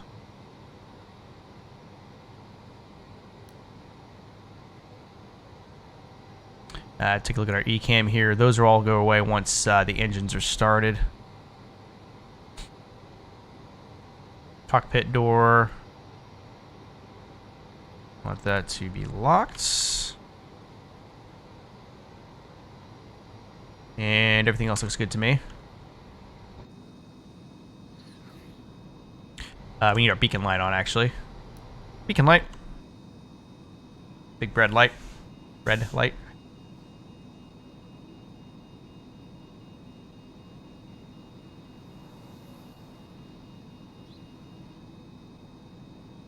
All right. Looks Oh. like the doors and hatches are closed and we're ready to connect. I gotta change the overlay. Sorry. Give me 2 seconds.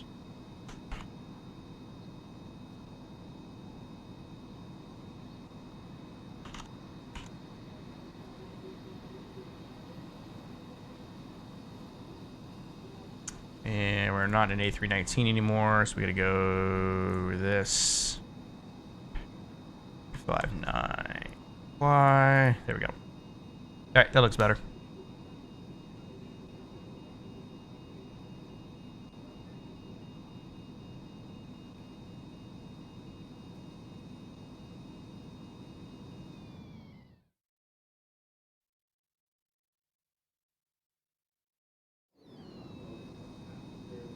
Welcome aboard, Captain. Tow's connected, bypass pins inserted. Go and kill the parking brake when you're ready to go. Yo, what's up, L-Take, man? Welcome back, buddy. Good to see you again. It's going well, man. Going well. Second flight of the day out of Chicago in the A350. Not too shabby. 299.02 is the current altimeter. Perfect. Okay. Parking brake released. Hey, good to see you again, bud. Here comes the pushback. Light 'em up.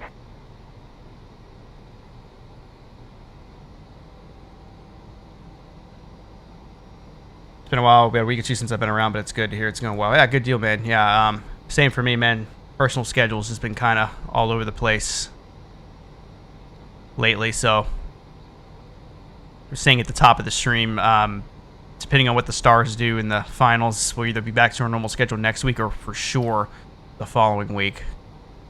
I know it's been kind of spotty lately. Are my bleeds on? My APU bleed's not on. There we go.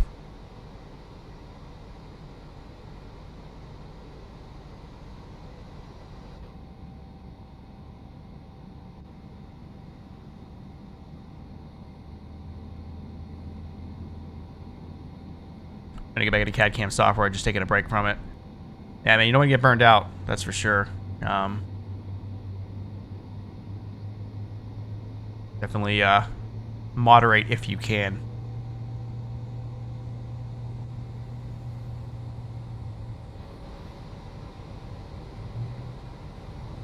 Alright, EGT looks good.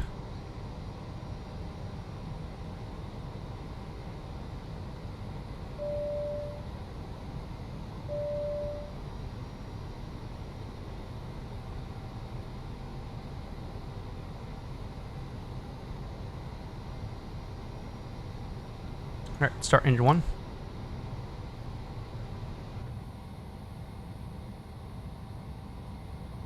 about done here. Go ahead and set your parking brake.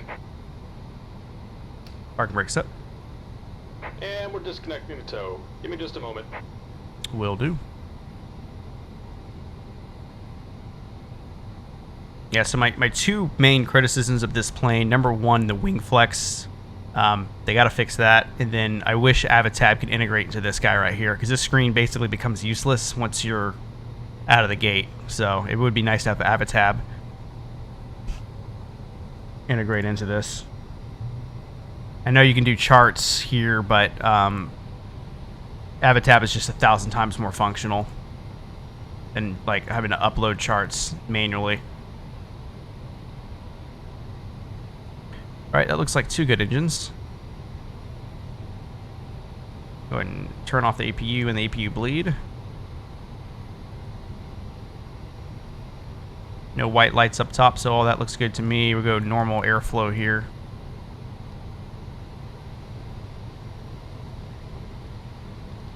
And we're disconnected. Signal and pin on the left. Take it easy and have a safe flight. Turn that down just a little bit. This is a loud plane. It's a loud cockpit, so we gotta pay attention to that. RTO on the brakes. Arm that and flaps uno. That seems like a new sound. And there's our gear pin.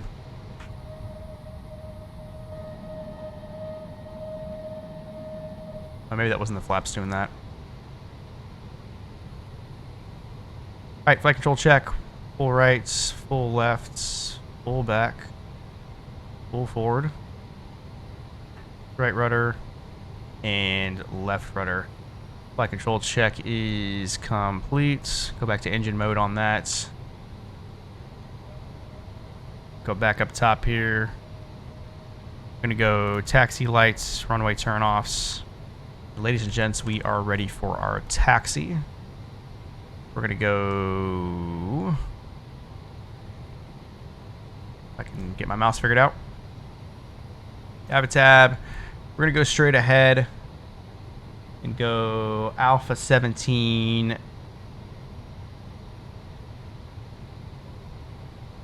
to Lima to November.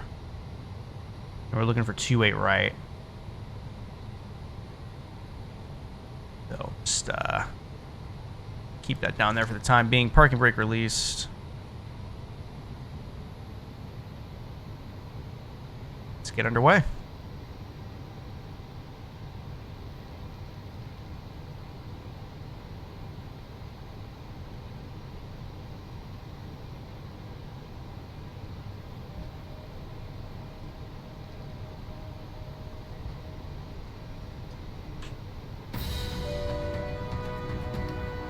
Yo, L Take, man, appreciate that resub, buddy.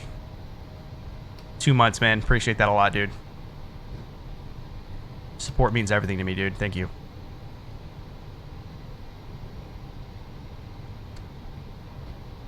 Alright, so straight ahead here. A little fast. Slow it down here.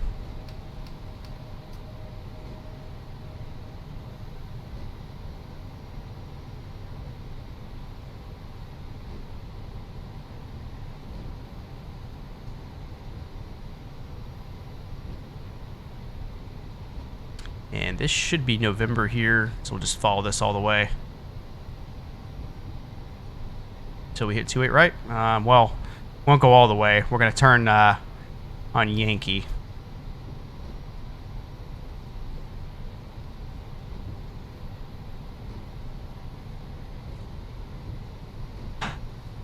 Bought a laptop impulsively, now I'm kind of regretting it. What kind of laptop? Is it like for work or just like just a fun laptop?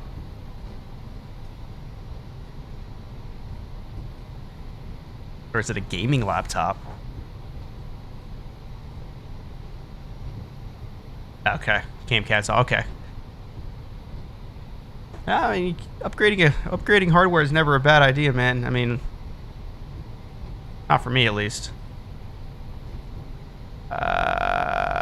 Yankee. Yeah, we're going right here. Hit those brakes. Landing light, wing light. Nose light's already on. Strobe should be auto. I was thinking last night I should have bought a gaming laptop. Yeah, it's good for portability, man. Portable gaming and everything. I prefer desktops for that kind of stuff, but I've got a buddy of mine that has like one of those MSI ones with like a 1070 in it. Seems to like it. Oh, I didn't do my config test. Alright, takeoff config is good. Let's get lined up here. And we'll start our clock. Throttles. Stable. Flex set 56. SRS runway green. Power is set. Airspeed is alive.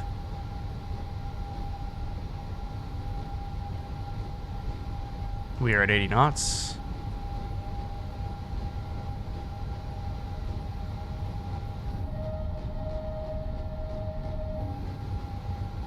V1. Rotates.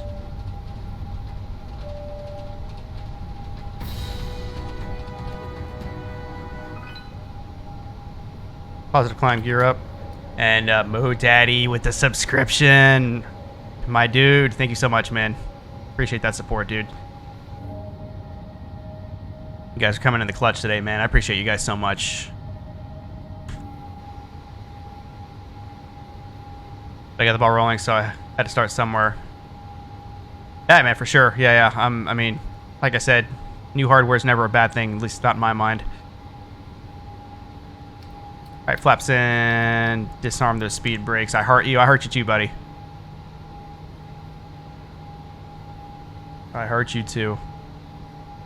I'm gonna go climb thrust on the throttles. Go to our FMS here. We're gonna go direct. Duffy. Why isn't it allowing me to do that? Should I just go manual heading?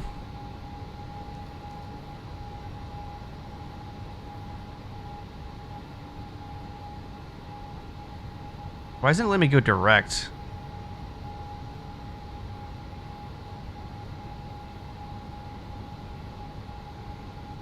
Direct. I just need to clear this. No. Okay.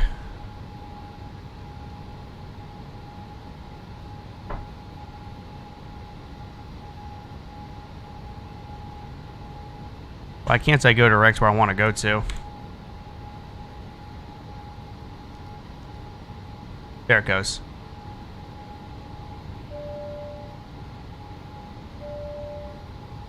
Alright, start that left-hand turn.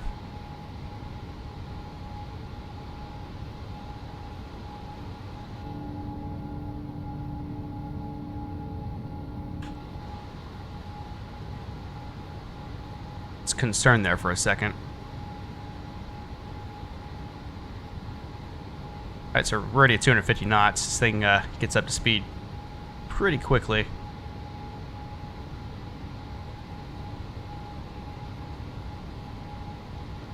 Readjust this here to something more reasonable.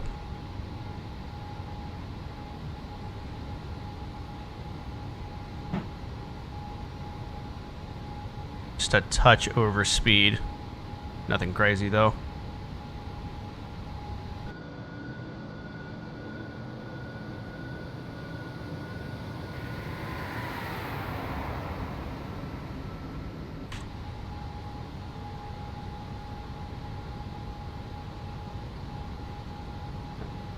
Autopilot.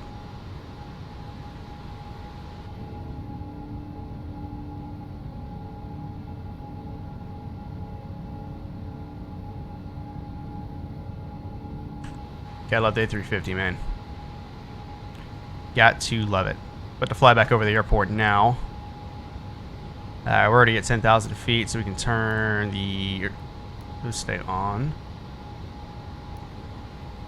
These lights off. Beacon wing light is what I was looking for. Everything else is good there. We punch through those clouds.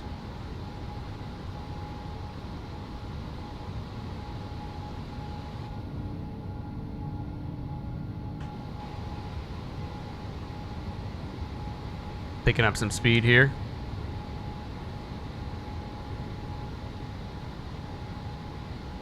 So, right over O'Hare. There's O'Hare right there. It's amazing how high up you get, how how high and fast you get in these big jetliners. I think it's trying to put me back on this track here. Yeah, that's exactly what it's trying to do, and then it will make a right turn to compensate.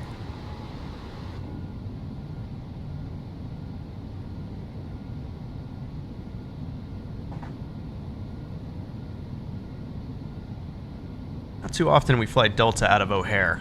Usually either United or American. Mostly United.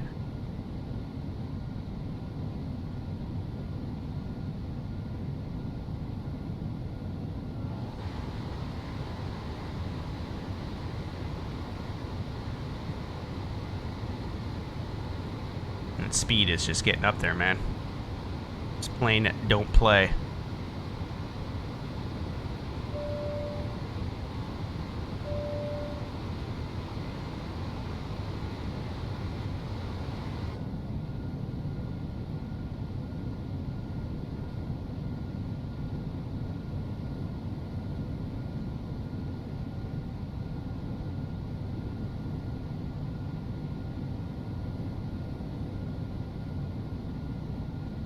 Alright, guys.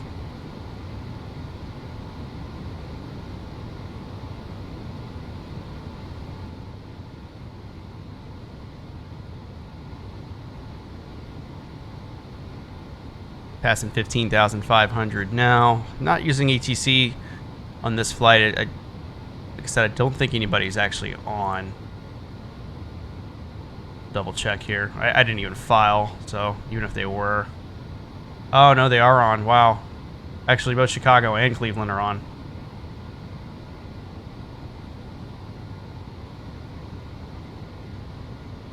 Poopy. Where were they before? Not on, I guess.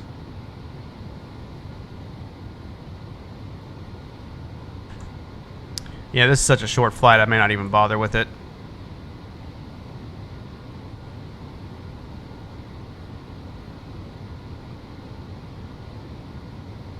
They just literally weren't on earlier. I guess they must have just popped back on.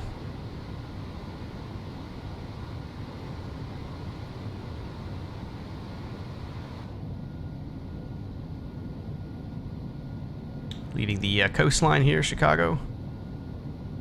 Your city down there, the clouds are kind of covering it, but it's your downtown area. Underneath that cloud.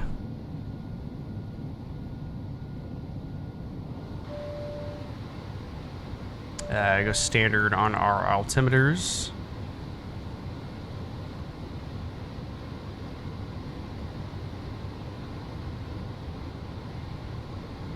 I do eventually want to get back in the A330 as well. I was thinking about that today. I was having some issues, but that was pre-Vulcan, so see if that plane is... I'm sure there's an update in there somewhere. I haven't updated that plane in months, so... 330 is a plane I have back on my radar as far as heavies are concerned. But I really do enjoy flying this plane. Definitely enjoy flying this plane more than the A330, that's for sure.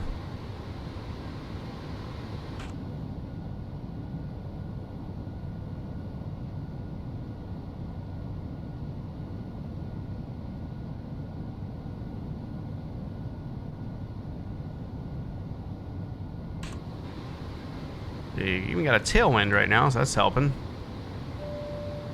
Outside temperature, we're getting close to freezing. We'll keep an eye on it. Yeah, I'm gonna throw the anti-ice on. It's the auto mode. I don't know if I trust that.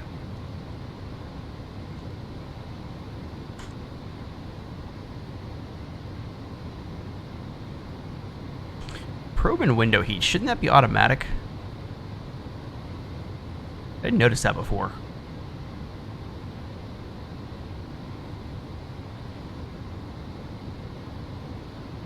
Yeah, we got some moisture up ahead, and we're getting pretty close to freezing, so we'll keep it on for the time being. It says ice not detected, but I don't know if I've actually ever detected icing in Xplane before. I don't even know if it's simulated or not. Yo, what's up, Kithrick? Kithrick says moist. Yeah.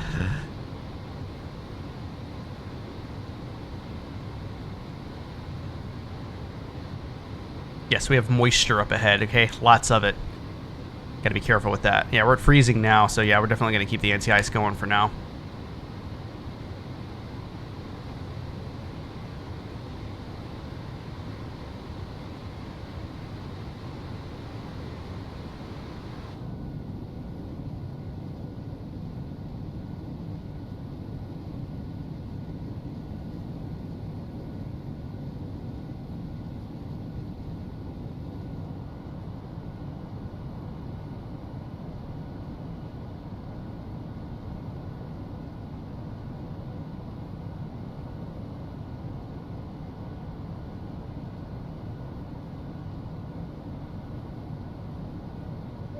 I think I'm hearing shit.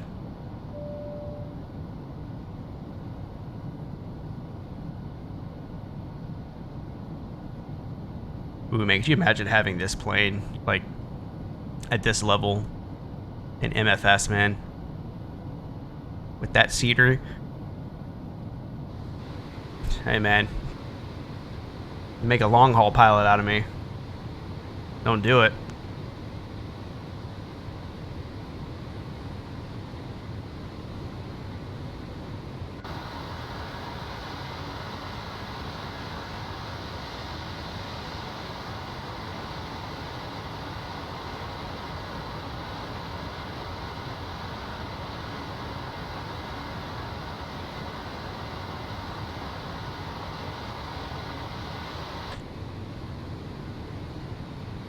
Kind of an update. So we had to move our Hawaii trip.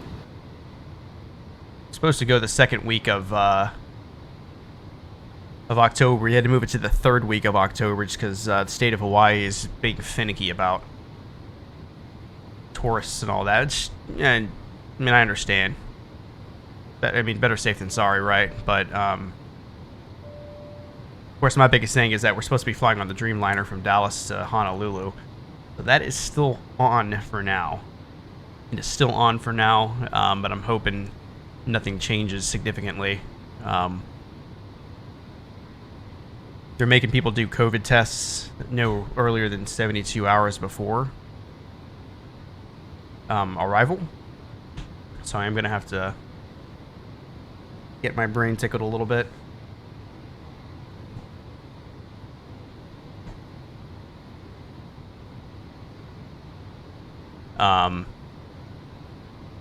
Yeah, should be fun, but hopefully. No, Kithrick, I haven't, dude. Haven't had to yet. So this will be my I'll be losing my my COVID test virginity, I guess. Heard it's not fun, doesn't feel good, but I really want to fly on a Dreamliner, so sacrifices must be made. Yeah, it should be good. It's me and the wife's 5-year anniversary, so that's kind of why we're really pushing to take this trip, because we haven't had an actual vacation. It's been a while. We've taken some small trips here and there, but not like an actual like fly somewhere vacation. It's been over 2 years. Obviously, this year we've had to cancel 2 trips already that we had planned, so we're due. I appreciate that, man. Definitely appreciate that.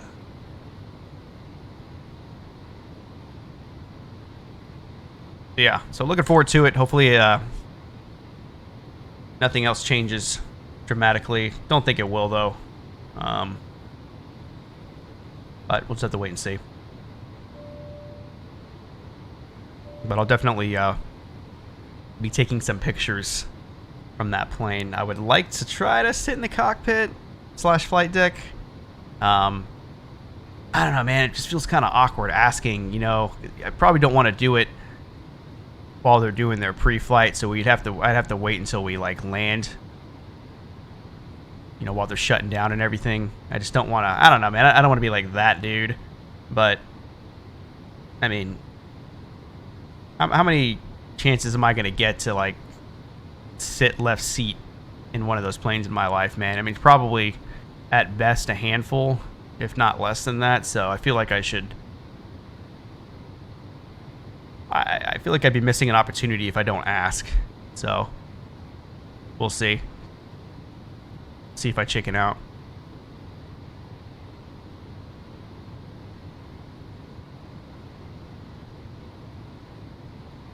Well, we are at Mach 8.2 right now. That's a lovely number. Ground speed is looking fabulous. We're over 500. That's always my goal, man. Get that nice tailwind. You get over 500 knots over the ground. That's what you want to see. Hitting top of climb here pretty quick. We're going to only cruise for about 80 miles, and then we're going to start right back down. So, well, I'm used to that going to my tablet. So, this is where we're at here. Over Keeler VOR. It's going to take us into our arrival. We're coming from Detmer. So, following this track here, and I'm planning on making a... make this turn here, and then we're going to make an approach. I believe it's 6 rights that we're wanting to land on. 6 left or 6 right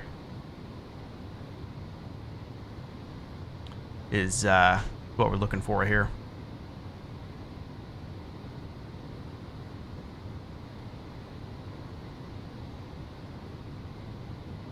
Alright, so that's cruise. We're not in the clouds still, are we? We kind of are. Still in the clouds, so we're going to keep the anti-ice on. We will turn the seatbelt signs off, however.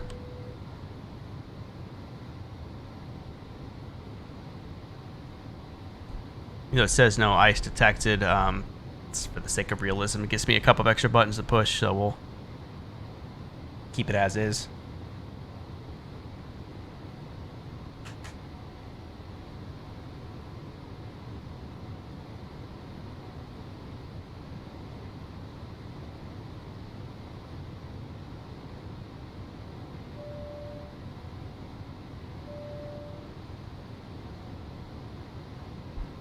$37,000 feet.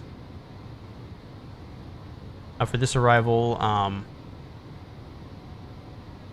5,000 feet is what we're looking for our bottom out altitude, so that's what we'll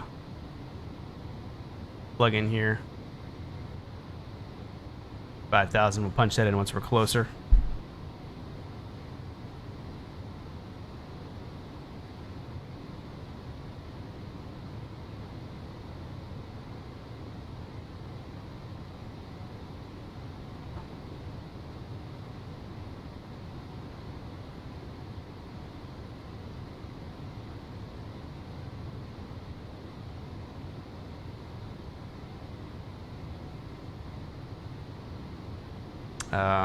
We can probably just turn the anti-ice off now.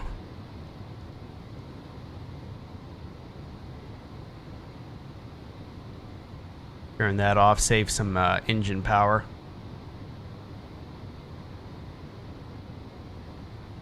So yeah, we're moving at a pretty darn good pace. 507 knots over the ground is this is stuff dreams are made of. 30 knot tailwind helps with that. Indicated airspeed Mach 0.83. It's that nice high cost index.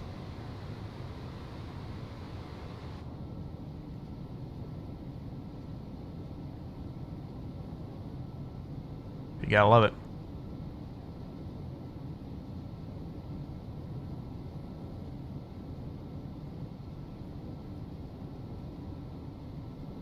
I don't know if we have any hockey fans in the chat, but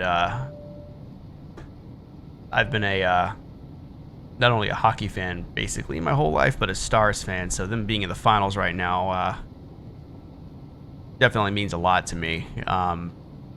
Sucks that we're down 2-1. We played like absolute crap yesterday, but I'm hoping we can bounce back tomorrow, because if we lose tomorrow, we're probably done. You go down 3-1 in the finals, the chances of you coming back are slim to none. So, yeah, tomorrow's the most important hockey game played in Dallas in 20 years.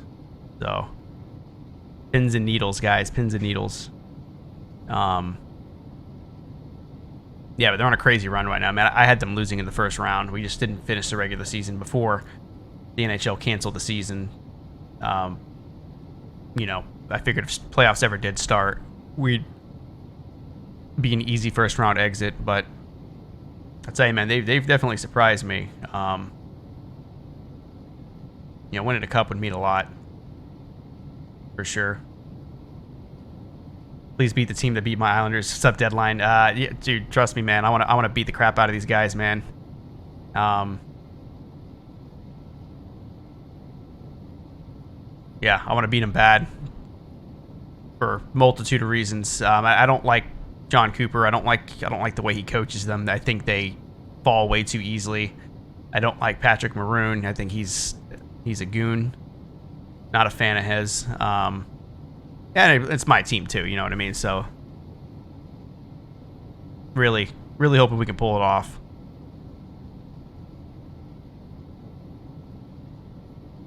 But we got to play better for sure, because we didn't get help from the refs until late in the game when it was too late. But you know, early on we can't be giving Tampa power plays in the first period. We gotta clean that up for sure. So, must win tomorrow. We can tie it up tomorrow, then it's a 3-game series.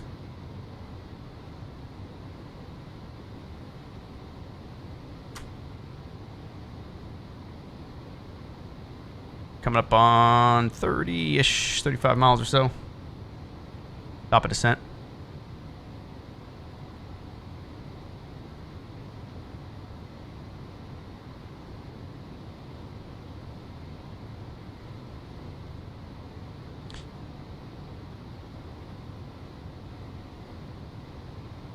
That should be good, though, man. I mean, there's nothing like playoff hockey, man. You can't convince me that, as far as team sports are concerned, the Stanley Cup's not the hardest trophy to win.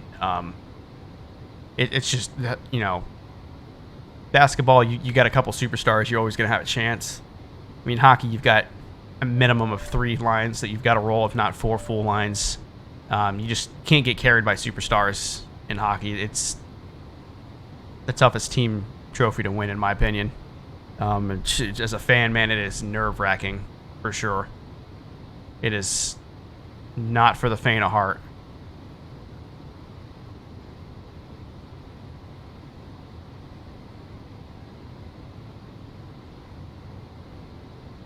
Definitely not for the faint of heart. I'm learning that the hard way, man. I mean, the Stars lost in the second round last year, Game 7, overtime, double overtime, Game 7. Lost then. And then 2 years before that, lost in a Game 7 again. Or was it 3 years? 2 or 3 years. Didn't make the playoffs for a couple years. So, I mean, there's a reason why, you know, green chair, green overlay.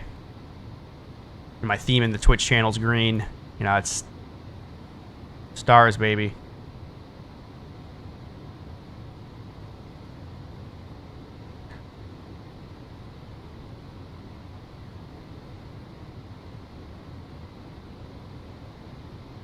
So we'll see, man. We're here in Dallas, man, for as big of a city as we are and as big of as a market as we are. Like, it's surprising to know that we haven't won hardly any championship. We've won one in the last 20 years. And that was the Mavericks in 2011. Stars have been very close. A couple of times I felt like we had some teams that legitimately should have won, but couldn't quite figure it out in the playoffs when it mattered. Cowboys have been mediocre to bad the last 20 years. Man, it's tough, man. If you're a sports fan here in Dallas, it's tough. This is the closest we've gotten since 2011. You know, the Rangers blew the World Series horribly in 2011. So, all we know is pain, man, for the most part. So,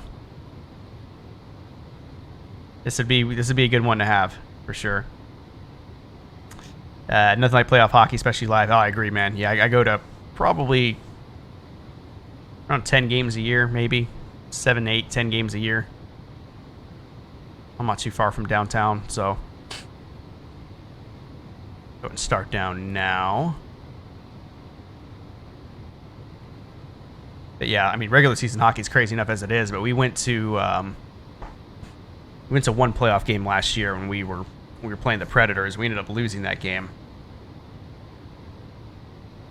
Won the series, lost the game I went to, of course, but yeah, dude, it's pretty intense, man.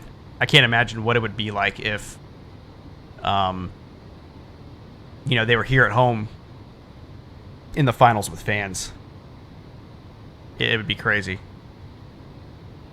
Try being a Mets fan with the Yankees always winning. Oh yeah, man. Yeah, jeez. Yeah, that sucks, dude.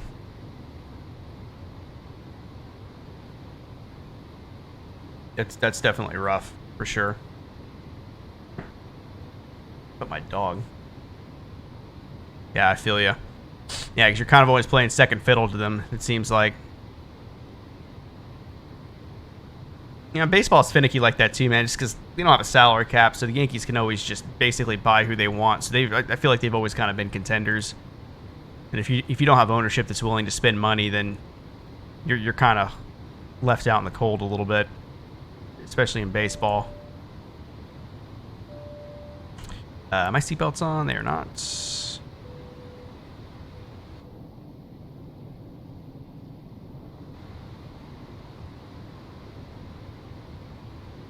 Yo, Deadline, I appreciate that, man. Trust me, I need all the support I can get, dude. I am a mess during the games. I am a mess, dude.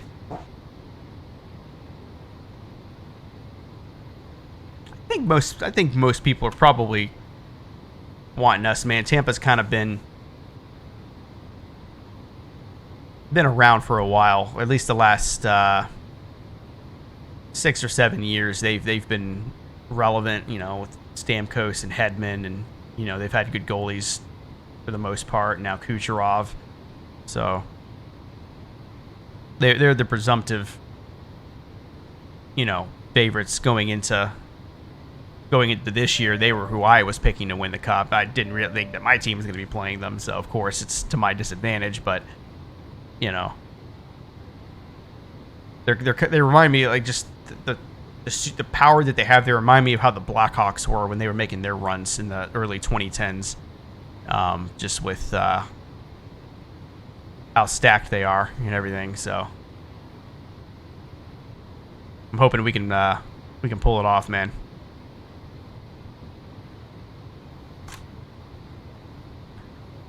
Because we don't have a bad lineup. We've got some talent on our team. It's just coaching's kind of been an issue. Injuries. Tyler Sagan hasn't done jack at all this entire series, really. All playoffs, which sucks because their superstars are showing up and ours aren't. So that's kind of been kind of the difference, aside from just horribly timed penalties. But we'll see. It's exciting and yet nerve-wracking at the same time. I will say that. All right, guys, passing 28,000 feet now. Cleveland's still showing winds calm. Altimeter 290-908. We'll switch that over here momentarily. That's great about hockey. A full team effort can beat a few high-skilled players. Yeah, that's what it's about, man. I mean, that's how we beat Colorado. Everybody had Colorado beating us, but I mean, Colorado's like a 2 or 3 person team, man. I mean, you've got McKinnon, Makar, Landeskog, Burakovsky. That's pretty much it, man. They don't have a lot of scoring depth. So yes, their superstars are probably better than our best players, but we find a way to shut those guys down. They really don't have an answer for us. So I think we played a better team game, and same goes for Vegas too. Tampa's kind of on a different level than those teams, so I think that's why we're having a harder time.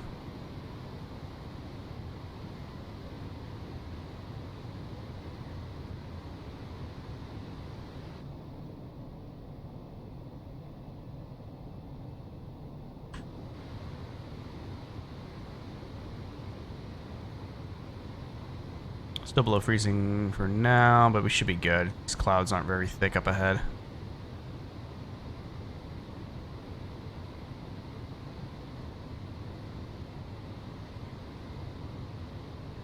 Same with the Isles. Yeah, I mean, you guys had a pretty good run too, man. I mean, I was really pulling for you guys to beat Tampa just because I think it would have been a more even series in the finals between us.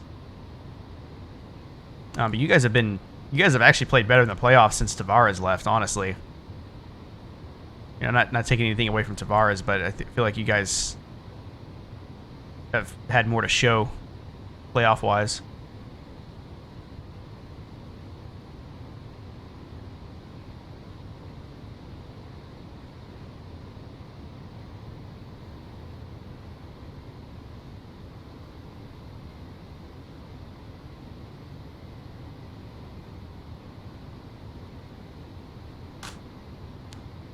And Barry Trotz is a good coach too.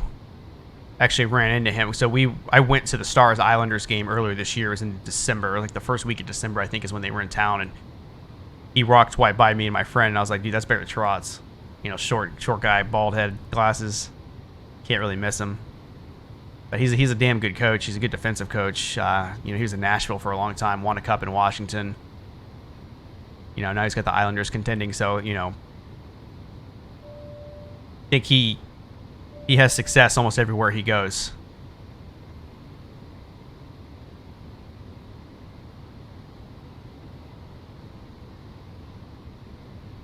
A little bit above our glide path here. Looks like we're trying to adjust.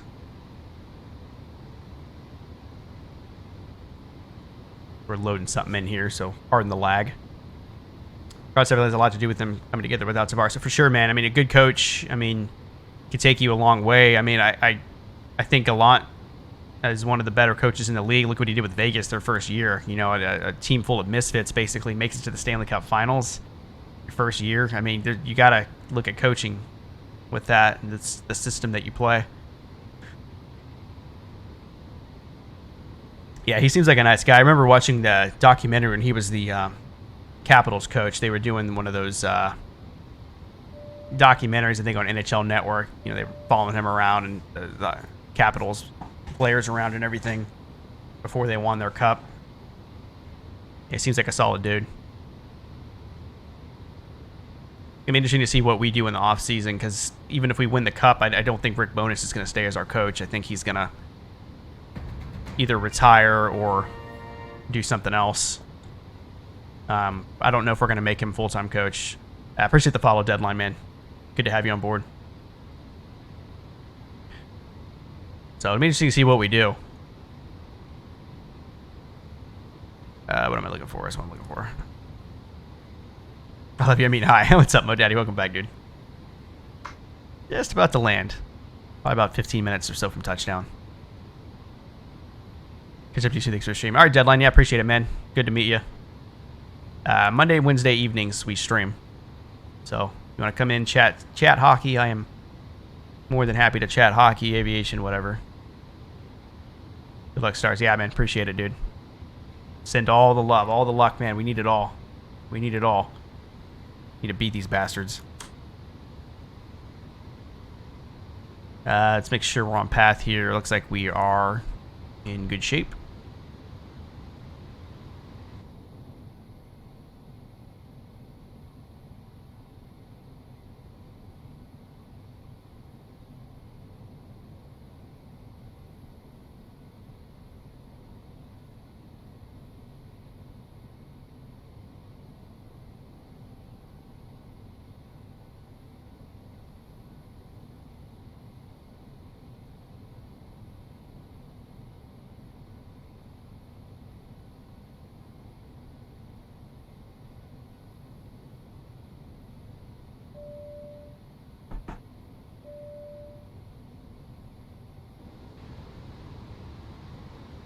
All right, so that's 18,000 feet. We're looking for 2 9er, 9er, 8s.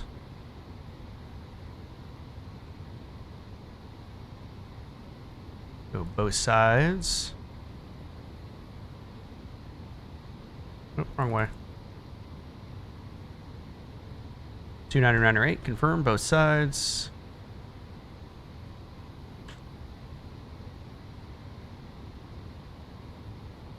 It's a little bit above our path, but we're fine. As long as it's not all the way down the bottom, it's really not a big deal.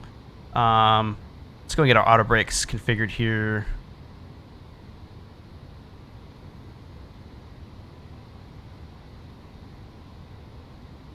Why isn't this turning?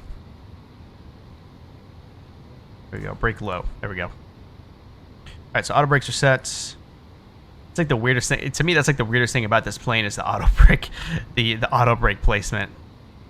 So used to it being like a button right here. It's just like a little knob. It's in the same spot, I guess, but it's just awkward.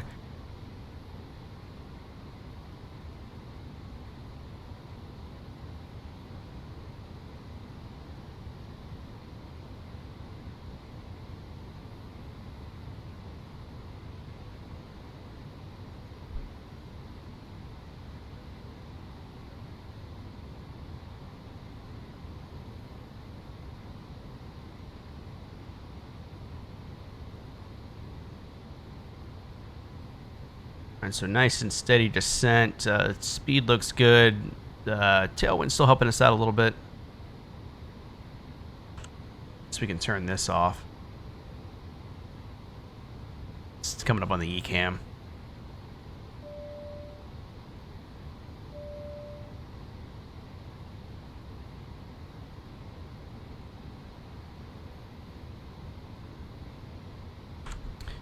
We can go to our performance page here real quick. Do our approach.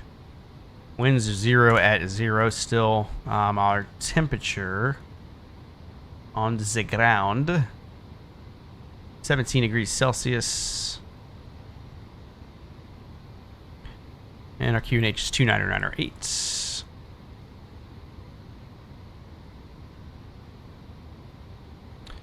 And for our baro, let's take a look at our approach chart here. We're looking at 200 feet on the decision height. So we'll do 200. And we're going to do flaps full. So we're looking at a flaps full configuration 136 for our VREF. With no winds still reported out of Cleveland Hopkins. ILS 06 right. Now I think we actually have to plug in the ILS frequency here. So we're gonna go. Let's see, nav ILS frequency 111.9 decimal 90, and our course will be 58.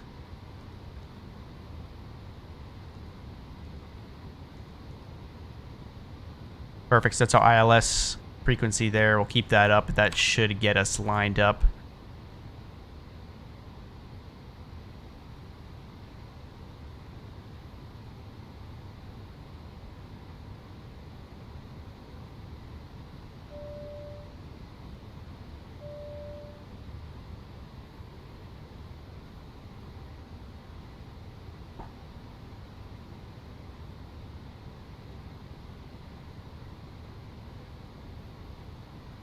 Speeds are looking good. We'll drop 250 or below once we hit 10,000 feet.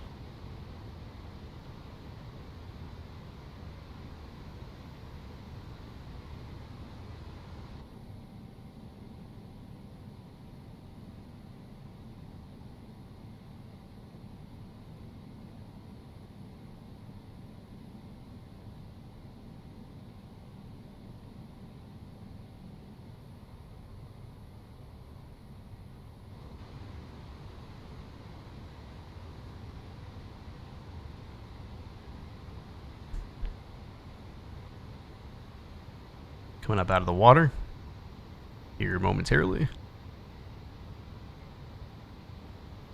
We get our lights flipped on here. We're gonna go landing lights, wing lights. So let's turn all these on.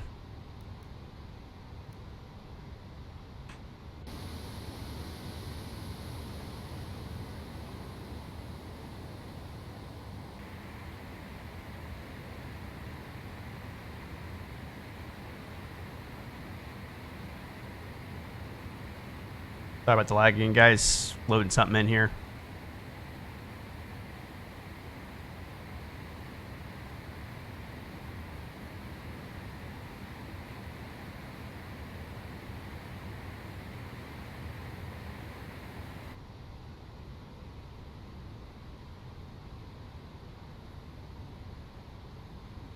That's passing through 10,000 feet here. We've already lowered our speed. 250 or below is what we need to be at that altitude, so plane is doing that marvelously.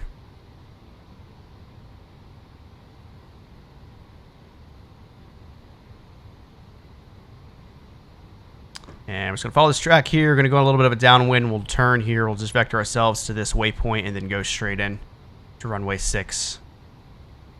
Pretty easy stuff. We'll maintain 5,000 really until we turn on to final, basically. We won't really have to go down any further than that. We just got to be below 6,000 here, 5,000 at Hicker, so pretty easy.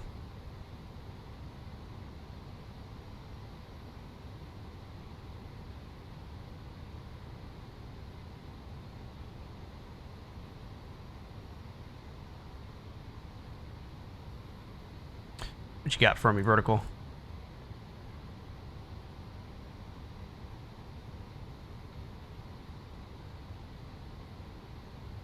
Looks pretty good, man. That night lighting is solid.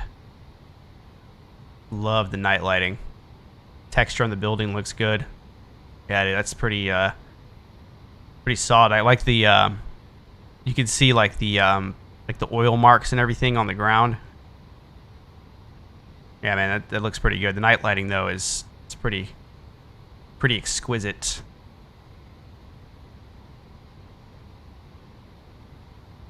Yeah, good stuff, man. Definitely looking forward to it.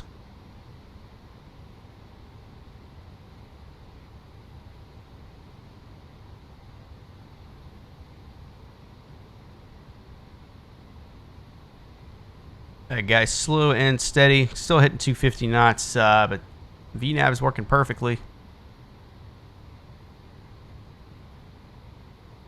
Yeah, you got it, man. I mean, you're one of the best airport/scenery developers there are, man. Communication's always good. Pricing's always fair. Performance is always great. So the product itself is really good. So, I mean, I don't have a problem vouching for you, man. It's always good stuff.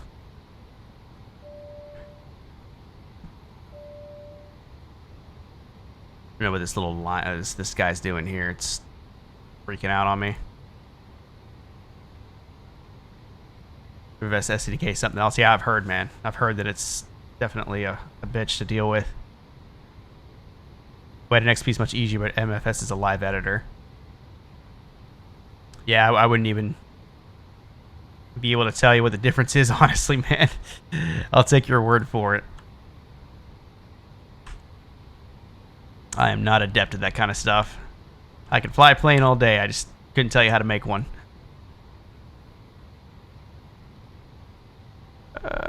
No, it's not what I wanted. That's what I wanted. That's why you guys made the big bucks, though, man, because you guys get to deal with all that.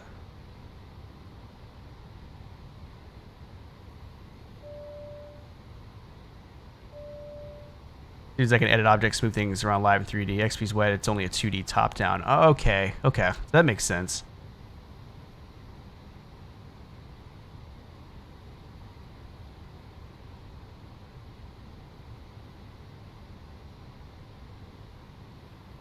Yeah, every once in a while I'll see Captain K-Man when he'll be running his streams and he'll be doing his editing work and everything, and it looks crazy complicated and time-consuming. And it looks like it requires a ton of patience, which I don't have with a lot of with certain things, at least. So I think it takes a special kind of person to be able to do that consistently. All right, guys, 5,000 feet. Probably not going to cut all the way out here. I'll probably go about right, get to right here, and then make that turn. Got to be at 4,000 feet or above at Ramon's. Yeah, so the thing that sucks is you work hard for months and some guy finds the littlest of things. Ah, dude, I can't imagine, dude. That's what I'm saying. I mean,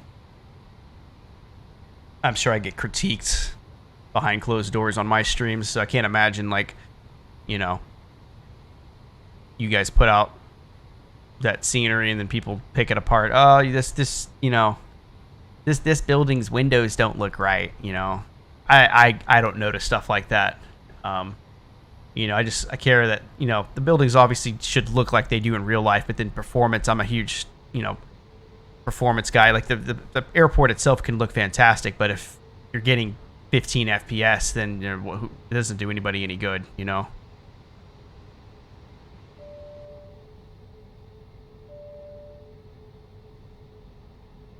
So I'm kind of a stickler for that more than anything.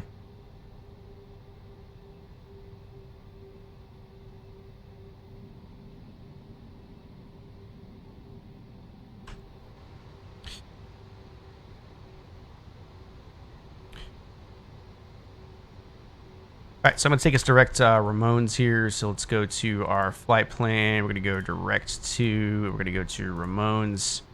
Insert, make that turn. We're going to go down to 4, let's just call it 3,000 feet. No. We should follow the VNAV on that.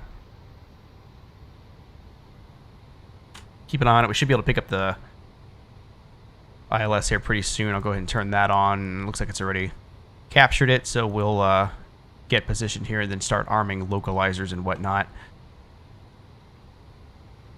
And arm those speed brakes.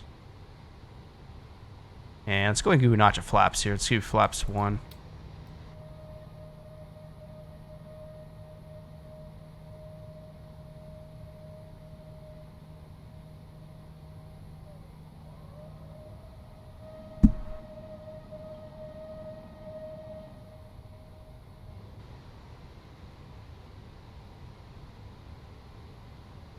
About 14 miles or so from the field.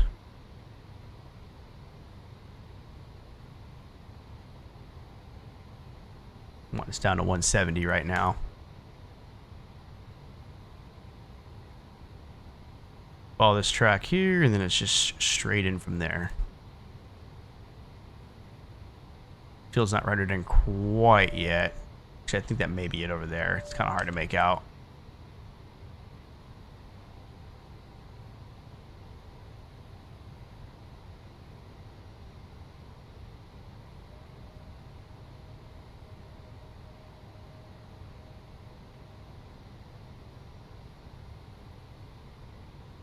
Passing 4,000 feet now. We're kind of blowing through this, actually. It's not really following the VNAV. We're supposed to be 4,000 feet or above there, and we're hanging just below it, but it's not really a big deal.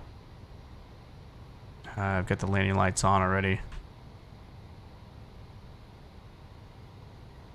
And I'm about 11 miles out now.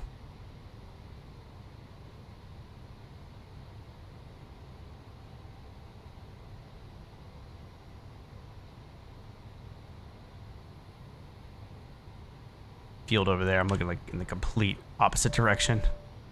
Downtown out there. There's the field. We're gonna go and arm the localizer and arm approach mode. We've got the localizer already. We'll hit the glide slope here momentarily. We're gonna go flaps 2. Actually, we gotta go flaps 3. Go ahead and drop our gear.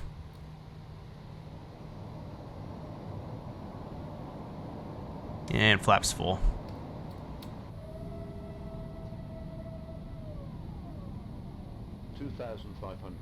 That is checked.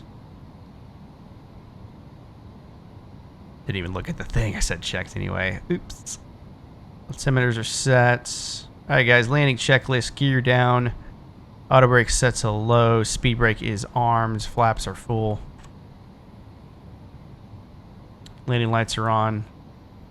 Cabin crew, that's, I guess that's good enough.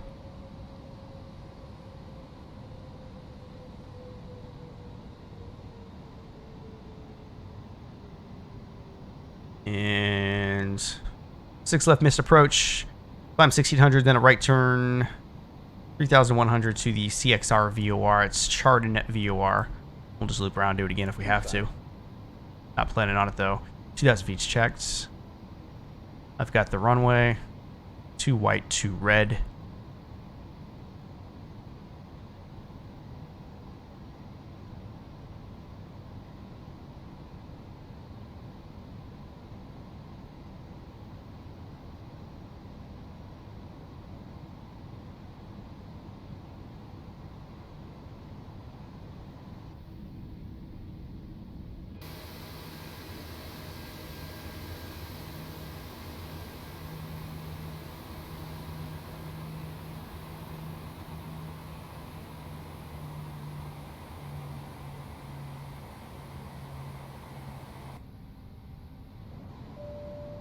That guy's my airplane.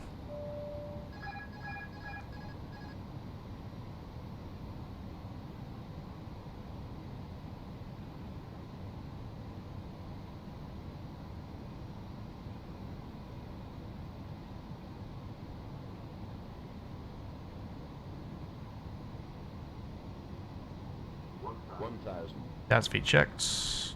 Why am I getting 2 callouts? Is that on purpose?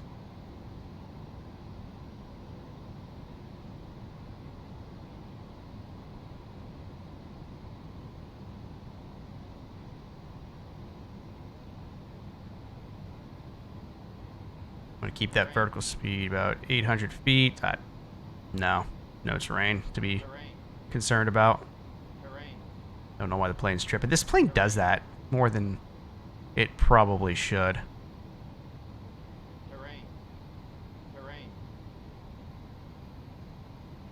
500. Checked. 400. Terrain. 400. Terrain. 400. Terrain. 100 above.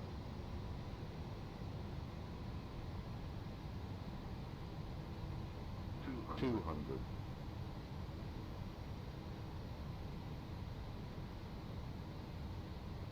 100, 90, 80, 70, 60, 50, 40, 30, 20, 10. Off center again. You're out. Or reverser's out, rather.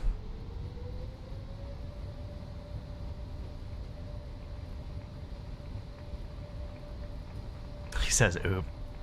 Landing critic over here, man. That's 80 knots.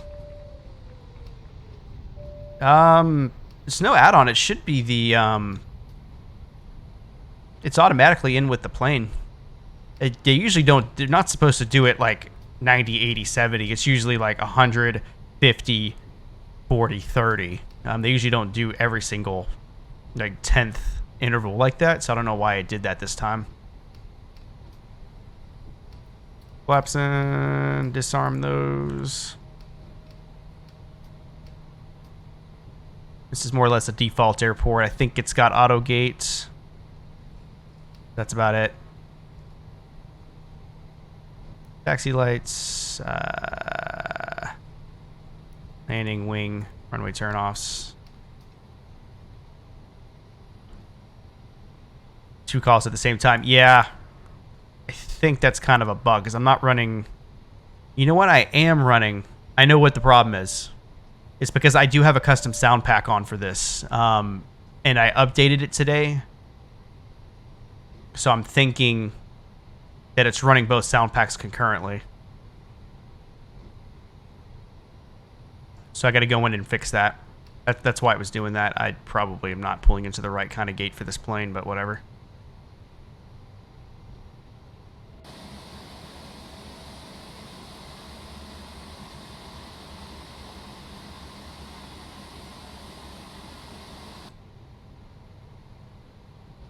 Yeah, it just occurred to me that I did have a custom sound pack for this plane, so I've got to basically reinstall it. I didn't think about that when I updated it. Because any files that are missing or altered when you run that Java update, or it's going to delete them, or it's going to overwrite them, so that's probably what happened. Oh shoot, I never flipped that back on to normal. Alright guys, this is probably not the proper gate for this. I'm probably going to crush this plane here, but We're just going to deal with it. Throttles are idle. Lights off. EPU never started. Maybe I don't have auto gate. Not that it would work for this. Oh no, this gate fits an A330. That's probably good. If it's an A330, I think it could fit an A350. Parking brake sets. We have to wait for the APU to become available. Oh, it is available. Okay, APU gen. Oh, my bad. I don't know what I'm doing. All right, engine's off. And beacon light off. Everything else should be good. Can't wait to critique in the replay. I'm looking forward to it, man. Looking forward to it. Hi guys, welcome Cleveland Hopkins International. I think this is actually just a pure default airport. I don't think there's anything too special about it. I know the scenery downtown is custom. I got that off the org. Cleveland's just such a good spot. Is you can go from here to like New York or Chicago pretty quickly. That's why I like flying here. I think there are some alterations to this airport. I just can't quite tell for sure. But not too bad. As Mo Daddy has requested, we're going to take a look at the replay. See how we did.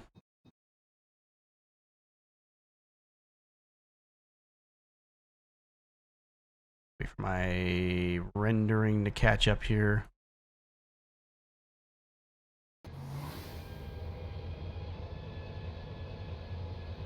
I know I missed center line for sure. Having a hard time hitting center today.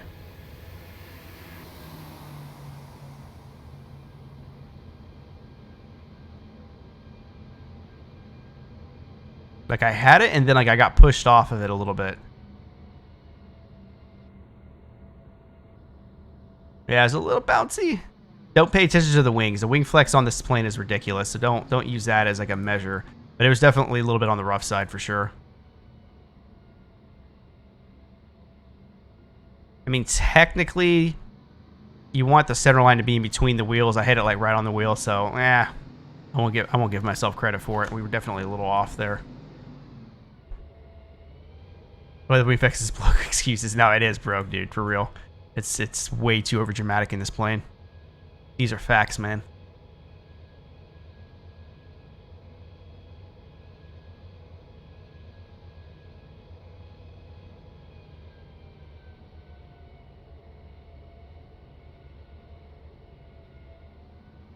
Slam the nose down. It's a little... I could have flared maybe a little bit more. We hit the touchdown zone. Yeah, 350 is a good looking plane, man. Yeah, this and the Dreamliners are what's up. 10, 20, 50, 8, 100. Terrain. Terrain. Terrain. Terrain. Terrain. Terrain. Terrain. Wish the 350 1000 was in. Yeah, I think that one's a little bit longer. 10. Yeah, that's just too dramatic for me, man. Those wings wouldn't do that. Wasn't that rough of a landing. Come on. Come on, man.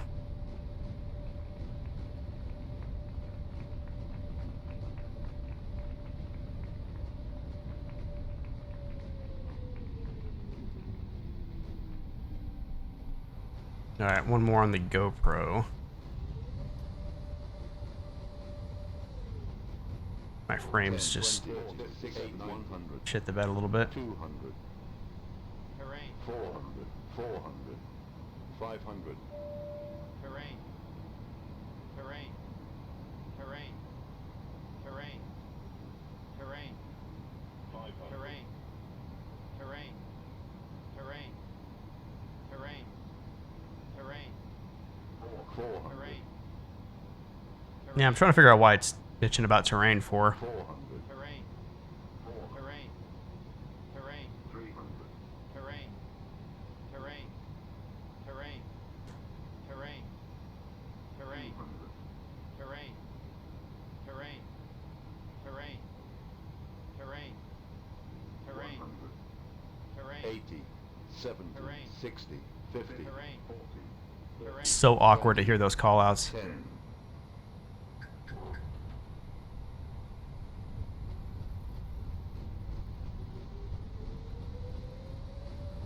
Yeah, I wouldn't. I don't know. I'm not terribly proud of either one of those landings today. If I would have hit center line, I'd feel better about it. It's okay to be firm, but if you're off center line and you're like that, then it's probably not the best.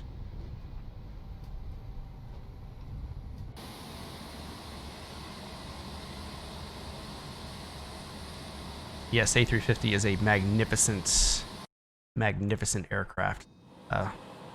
Those are big facts for sure. All right, ladies and gents, that is going to do it for me this evening. Definitely good to be back. So schedule for next week. I guess it's kind of pending at this point, guys. Because more than likely there's probably going to be a hockey game on Monday night, so I don't think we'll be streaming Monday.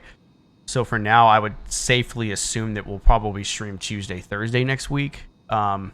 I don't want to make it a one-stream week, so I'm going to shoot for Tuesday, Thursday next week. I don't know if I'm going to do Xplane both days. That's what I'm leaning towards, but we may hit up MFS one of the days. May depend on my mood. But we'll see. But just monitor the Discord for any official announcements on that. It's just going to kind of depend on how this series goes more than anything. So I wish I could be more straight with y'all, but it's kind of in flux at this point. So kind of have to play it day by day. But I hope everybody has a great rest of their week. Hope everybody stays safe out there. Tomorrow is Friday, so good news there. But I hope everybody has a great, safe weekend. I'm going to hand you guys over to Mr. Bill Ferrelli, GSA member. Mostly flies VFR stuff, so show him some love. And we'll catch you guys next week. Appreciate you, and appreciate the support today. New follows, new subs. I love you guys, and talk to y'all soon.